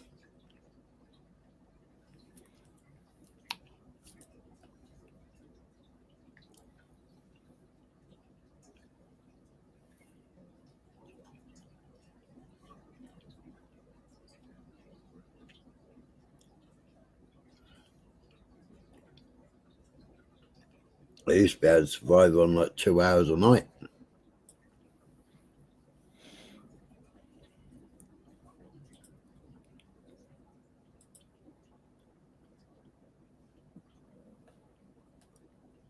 have a little cat nap and be up and gone again.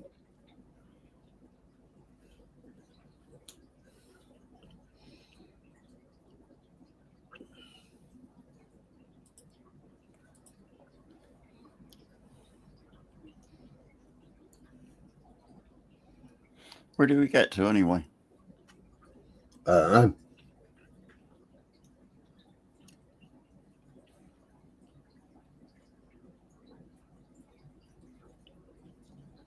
Oh, we played a fair bit, didn't we? Hmm.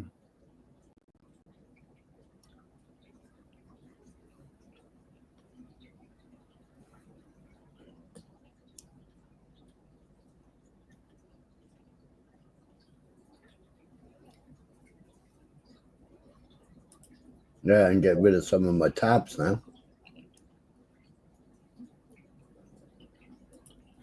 Yeah. Make it a bit easier, won't it? Hmm.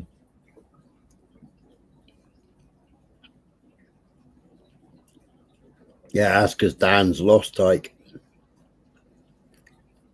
He came to Europe.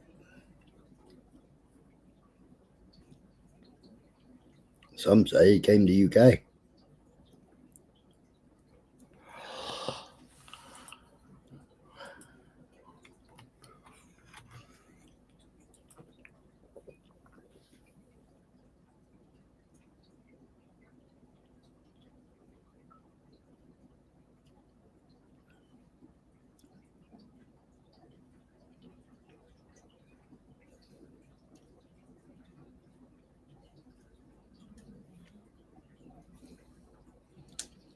Yeah, but I ordered my fucking KFC like 3 o'clock.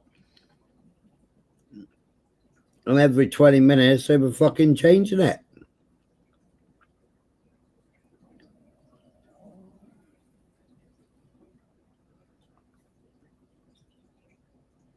Yeah.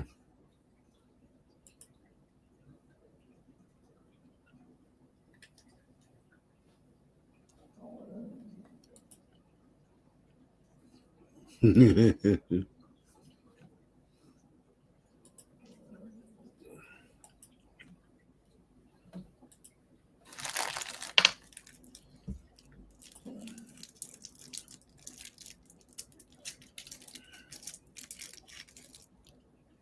I have a shower.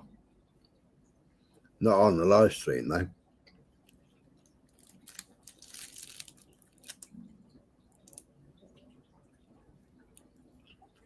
It's Sunday tomorrow, isn't it? Or today. Is it Sunday?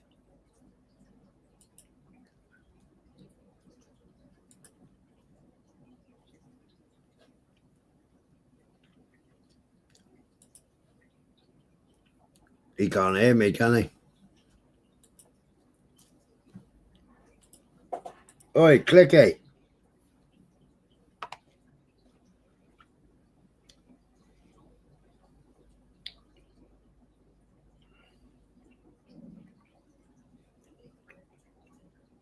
Yeah, it's Sunday now, yeah. No, where are you off to, November, man?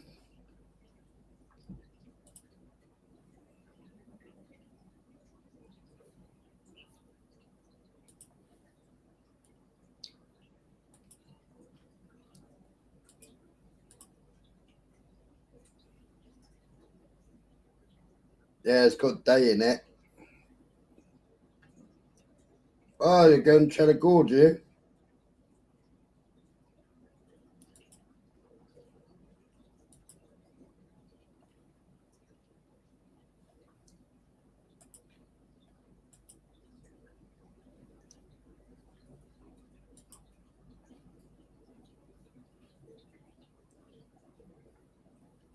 Oh, put your taters.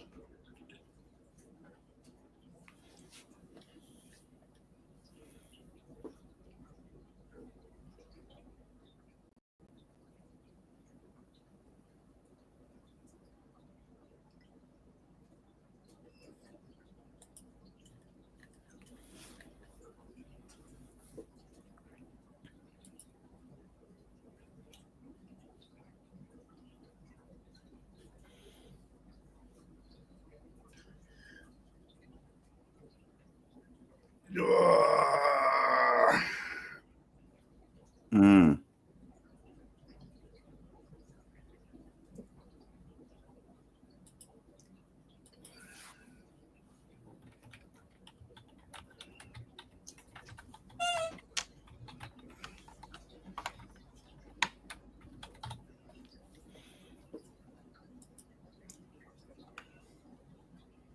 What's he searching for?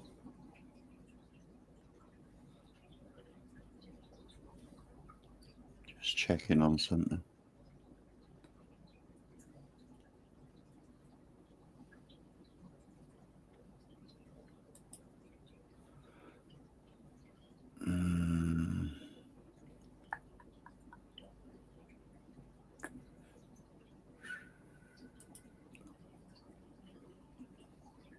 Pissing down with rain again tomorrow by the look of it. Yeah.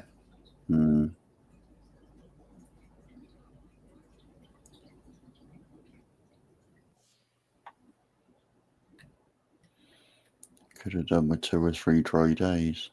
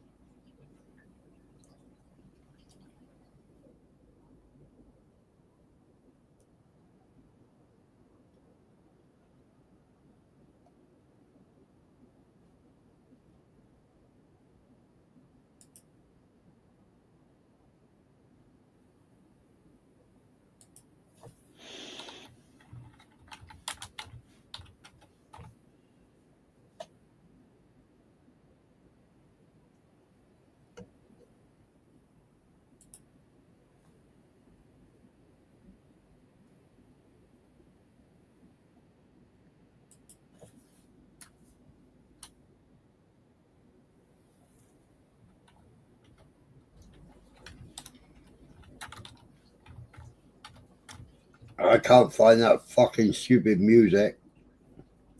No? No, it's still playing in the background. Only low, but I can't find it. I wonder where the hell that is then.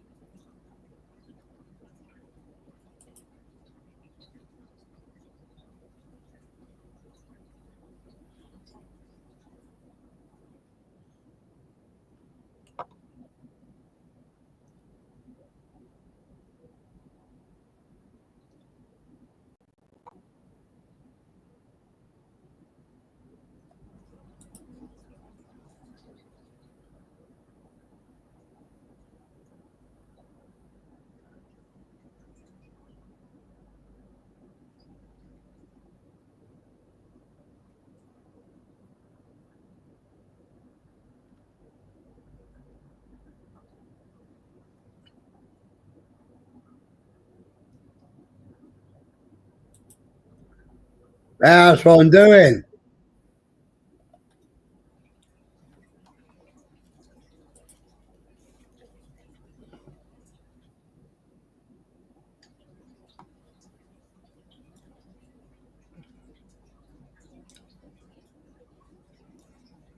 I know what it is. The Citizen Steve Revolution.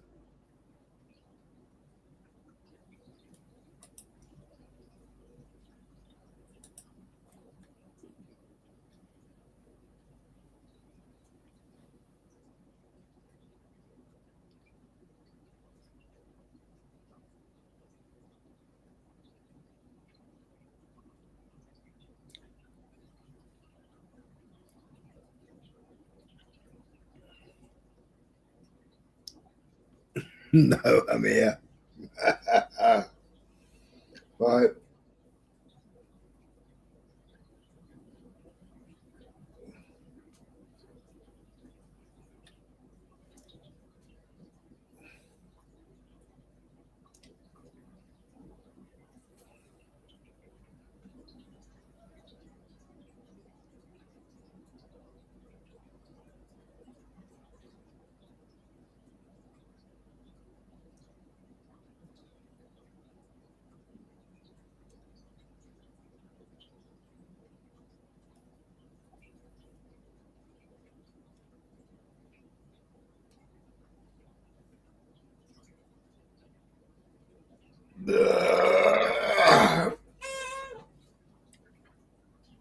Yeah, I found it now.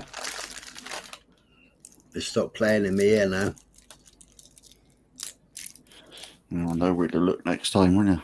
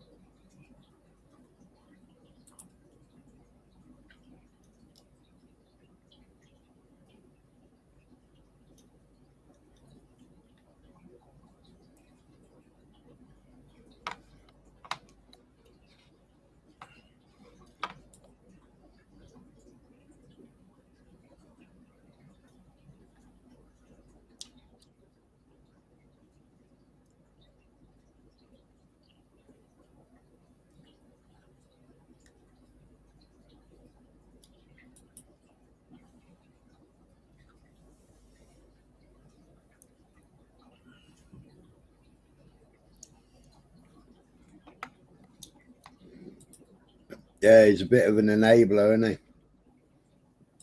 As well as being a fucking deviant himself.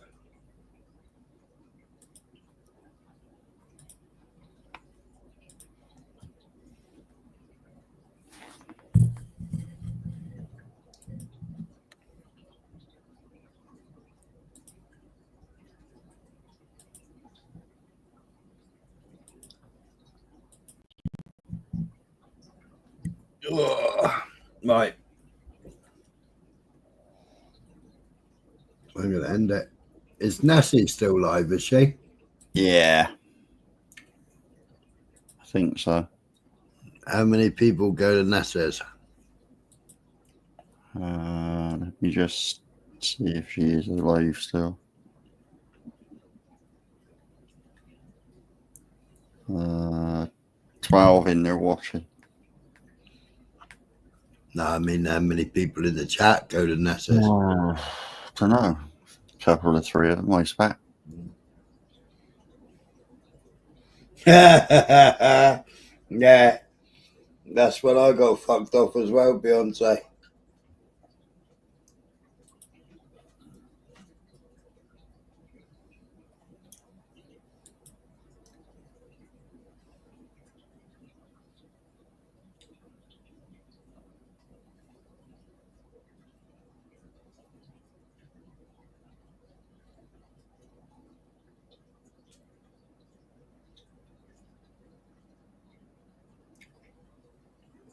Yeah, that sounds about right. Yeah. Yeah, Tyke's blocked as well.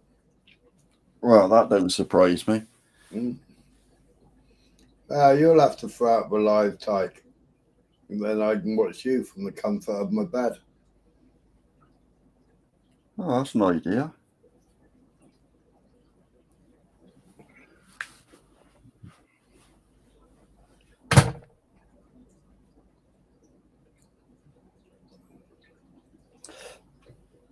She loves blunt.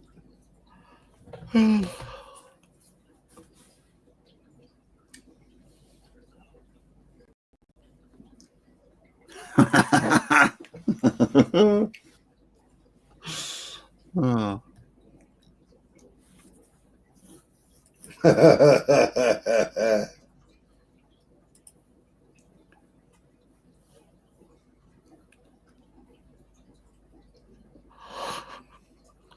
Tyke was after every woman on in the chats, Cash, the other day. Every woman that come into chat. Bit late to the party tonight to see Beth, wasn't he? Yeah, he's missing his lorry cab, see? Yeah.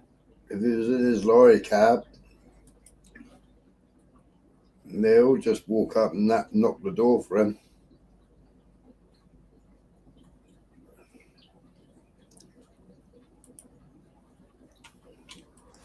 Right, that's why he likes to do it. That's why he likes doing his European trips. Yeah, I'm cream cracker. And maybe back later tonight if you finish your editing. Yeah,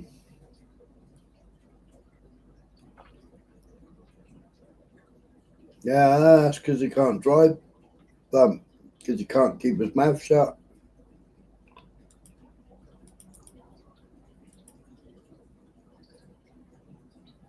He needs to go to work.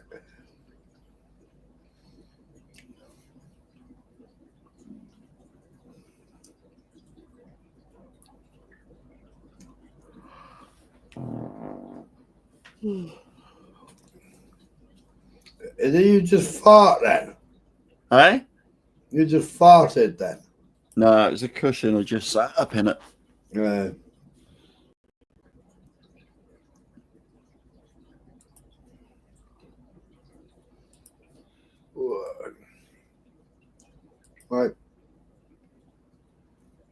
I'm off to keep people.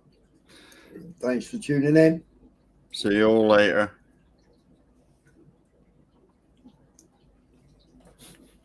Yeah, I don't reckon there's a cushion either. He couldn't fucking do it again, could he, Beyonce? That's as bad as this fucking kenosis. See you later, Beyonce. Yeah, Right, take it easy, mate. Anybody that's suffering with a bit of leishmaniasis, go easy. Yeah. No carrier bags for her in the making of this kenosis. Yeah.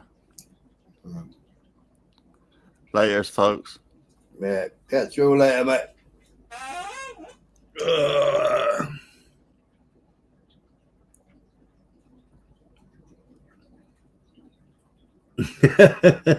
Tight. Yeah, catch you later. November map. Blunt.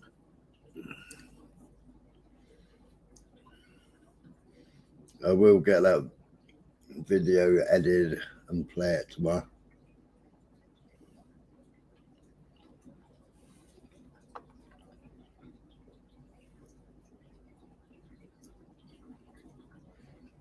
Take it easy. Have a good one.